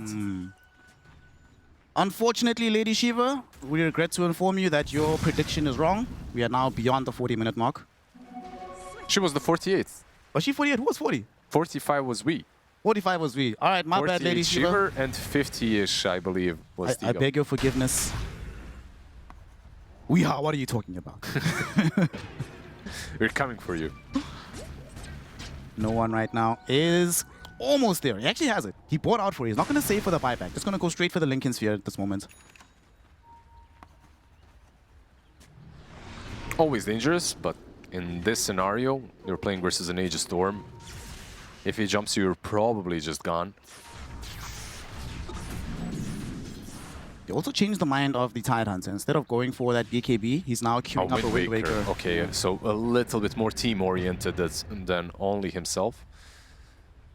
Truthfully, expected perhaps the Wind Waker from one of the supports, but alas, we did not get them. We got the E-Blade from the Mirana, which, okay, you can perhaps save the target, but they're going to be 30% more vulnerable to magic damage, right? In the Chronosphere. That Macropire might just do the job. It's pure now, but still. Aegis is going to expire in about 15 seconds. Makoto just going to play his luck, move around, zone back some heroes, open the space so that the Slaughter and Jakiro can finish off the tier 2 middle. He's just fishing. Do we have another picture of that fish? Aegis now expires. A lot of work has been done through this, though. That's a long 5 minutes for parry vision. Oh, absolutely. Took control of the map, set up some good vision, good wards, but look at PVISION. Like, they want to smoke up, move out. No Aegis, of course. This could be a good moment. Kaori, though, looks like he's going to be the one that breaks the smoke. Happy to die for this one. WS will wisely decide to let his compatriot die. Keep in mind the Terrorblade does have a BKB, and he has a blink, so he's able to absolutely commit with the teammates. The idea behind the blink is if you're... Thank you, production. that's exactly what we meant. Makoto finds Zucalis, poor homie. E-Blade will save him for now, but WS does already have the Nullifier. Goes in with the Moonlight Shadow, but it will not help. They have more than enough vision. Makoto is not done just yet. He's still going directly onto Triple S. Running out of mana, though, on this hero. Mira gonna go in, find the break. They have the damage with WS coming in from behind, securing a double kill for himself and a death on the Timbers. Tidehunter. That one. Close. That one. One of the T's. Yeah. Yeah, the break, of course, always a good thing to have against the Tidehunter. We didn't really see it come in full effect earlier, but there you go. 20 galvanized stacks on the Storm Spirit, going Aghanims next, by the way. Level 25, of course, as well, with the double overload attack bounce. Pretty nice with the Aghanims too, with the Shard. Faceless Void as well, 25. 20% backtrack chance. So once Mikoto gets that axe, we already have the Hunter's Boomerang from this this Hoodwink. Just imagine like if you get a full Chronosphere, everybody caught with the Aghanim's, Hunter's Boomerang flies through. It's a lot of bonus damage for sure. Hell, on top of that, the pure damage macro as well. And we have multiple Aeon discs being built up by Aurora. Jakiro already completed his. Hoodwink is going for one, and as well as the Storm Spirit with a full Aeon disc available. They're basically... Oh, top lane. Okay, Chronosphere coming out is going to be catching the Void Spirit. He has no escape. And no buyback as well. No buyback. Okay. They saw him coming. They had some vision. They had some detection. The gem is given now, of course, to them by the Void Spirit. This is a disaster. It's not good. Chronosphere did get used, so maybe there is a chance that they can hold without him. I'm not really sure just how much Aurora will pressure, because Roshan will be respawning pretty quickly. Any sort of a high ground move right now is dangerous. Bottom lane. Kotl. Speaking of danger, Kotl is in danger from Mikoto. And Mira as well, who has shown up out of nowhere. What about mid lane? Mid lane, there's also some danger here, but Kaori should be fine. We'll be able to get out, no real jump. It's 2 minutes until the Aegis respawn, so that's pretty bad for Aurora. They can't exploit this timing when two heroes are down from the side of Parry. Yeah, they lucked out a little bit with the respawn timer, as it's, like you said, a little bit longer. More time for them to farm. Faceless Void actually going for Axe next. Not a bad Axe, of course. Jumping in, stunning everyone, going back out. That reverse time walk is kind of crazy. I can't believe it was a shot for so long. Especially when you combine it with a hero like Storm Spirit, right? Like you're able to jump in, jump out. You can decide whether to use your chrono or not. You can bait out a lot of big spells. 14k net worth lead for Aurora. Still haven't been able to find some real estate on the high ground just yet. Hoodwink with... Look at the quick buy on Hoodwink buy. Max take on E-Blade. Oh, that's so funny. Mikoto zipping down bottom just to clear out these creeps. And they're just pushing in all three lanes at once simultaneously. You know what? Like this build on Hoodwink looks like a meme, and it sort of is, but the damage output in the chrono versus the Terrorblade is quite nice. And Dagon now gives you some cast range as well, which was always nice on Hoodwink. It's like one of the best things that you can get on her. So you have a very long range distance pushback. Mid lane, WS getting assaulted by no one. He's still alive for now. Nice hex onto WS. No one. He's gonna get eviscerated, dead without buyback. Triple S will not be able to help him. Has Ravage available, but he needs to run away. Thankfully, he's juking and jiving through the trees. Mikoto does have vision. The Ravage does finally come out, but the Aeon just triggers. It keeps him alive. Faceless Void trying to get into this fight. He can't arrive just yet. There's a solar bind right now onto the starter. Nightfall. He sees Triple S. He can't get up to him. Mikoto is going to zip very long range, looking for the Side Hunter, but Side Hunter TP's out last second. There is no way. Barely survives. There is this is illegal. It's illegal that they only caught the Void Spirit in the end. It started off so damn well. Like, the Ravage saved everything. Faceless Void, he was zipping in, he was using his Time Walk to get in, and the last Tendril catches him, so he doesn't get the chrono on the Terrorblade or on the Tidehunter. Now they're gonna get themselves, at the very least, you know, as a commiseration, you know, they're like at least get a ratio. Compensation, yeah. Compensation, yeah. It's a pretty good compensation, I gotta admit. They have the Refresher Orb already on the Faceless Void. I was hyping up his axe. I'm kind of happy he went for the Orb instead. Double chrono wins games. Yeah. At this point, I don't feel that he needs any extra damage. He just needs to be able to chronosphere people. Okay, Weeha was wrong. Shiva, you might still be right because Mikoto with a massive zip, they also bring down Ducalis. But they don't call GG immediately, so looks like T's the only one that's left in the game. If they win within a minute, it's going to be kind of even, right? Between 48 and 50, but... Whew. How are you feeling, gang? It's a hype game. This is what we want to see. We're kind of blessed with this series. You know, like we had a lot of Alchemist co-op games 24/7, Lone Druid as well. So it's kind of nice to see some normal Dota being played. And also very strategic, right? On one side, you have the Ravage, or you had the Ravage. You don't have it right now. Yeah. But on the other, you've got the double chrono. This game looks like it's in a pretty sweet spot for Aurora. I still can't believe we got to this point. I mean, they had lost racks, 25 minutes, 1 lane of racks. By 30, you'd lost 2 lanes of racks. And yet here we are, 20 minutes later, still going at it. But this could be the end of the game right now. With this Aegis in tow, the cheese, the refresher orb, the refresher shard, they have everything they need. And crucially, there's not that many buybacks. No buyback on the Void Spirit still. He needs a kill first to get the buyback. Yep. And the same is true for the Coddle.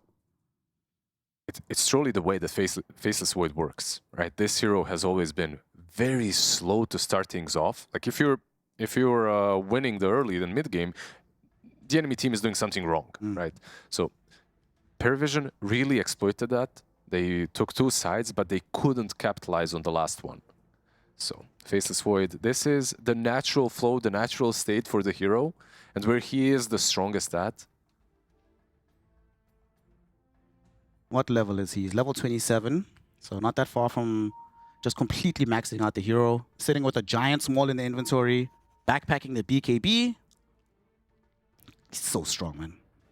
The backpack BKB, if they could find a way to break the Lincolns and insta-gib him with 1 hex, it could give them an opportunity to follow up after the Aegis has been claimed, but it's so damn difficult. Here we go. Banner drop down, sending some illusions to try and deal with them, but Nightfall is not scared. Lincolns gets popped.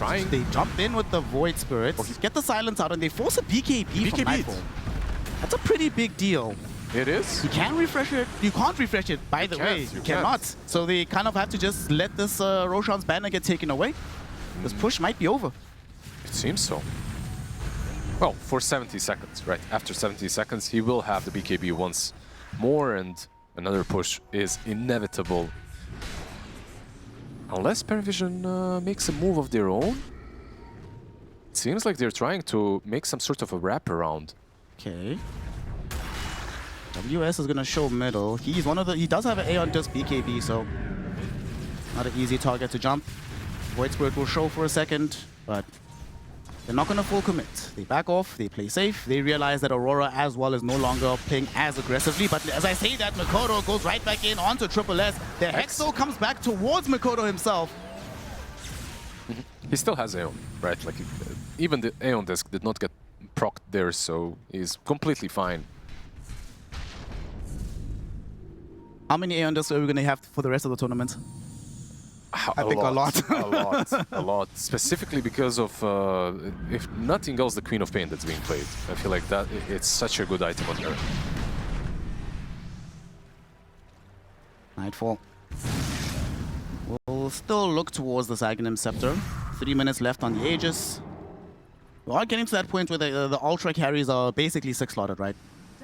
Almost. Terrorblade, by the way, as well, is getting closer to the Aghanim's Blessing.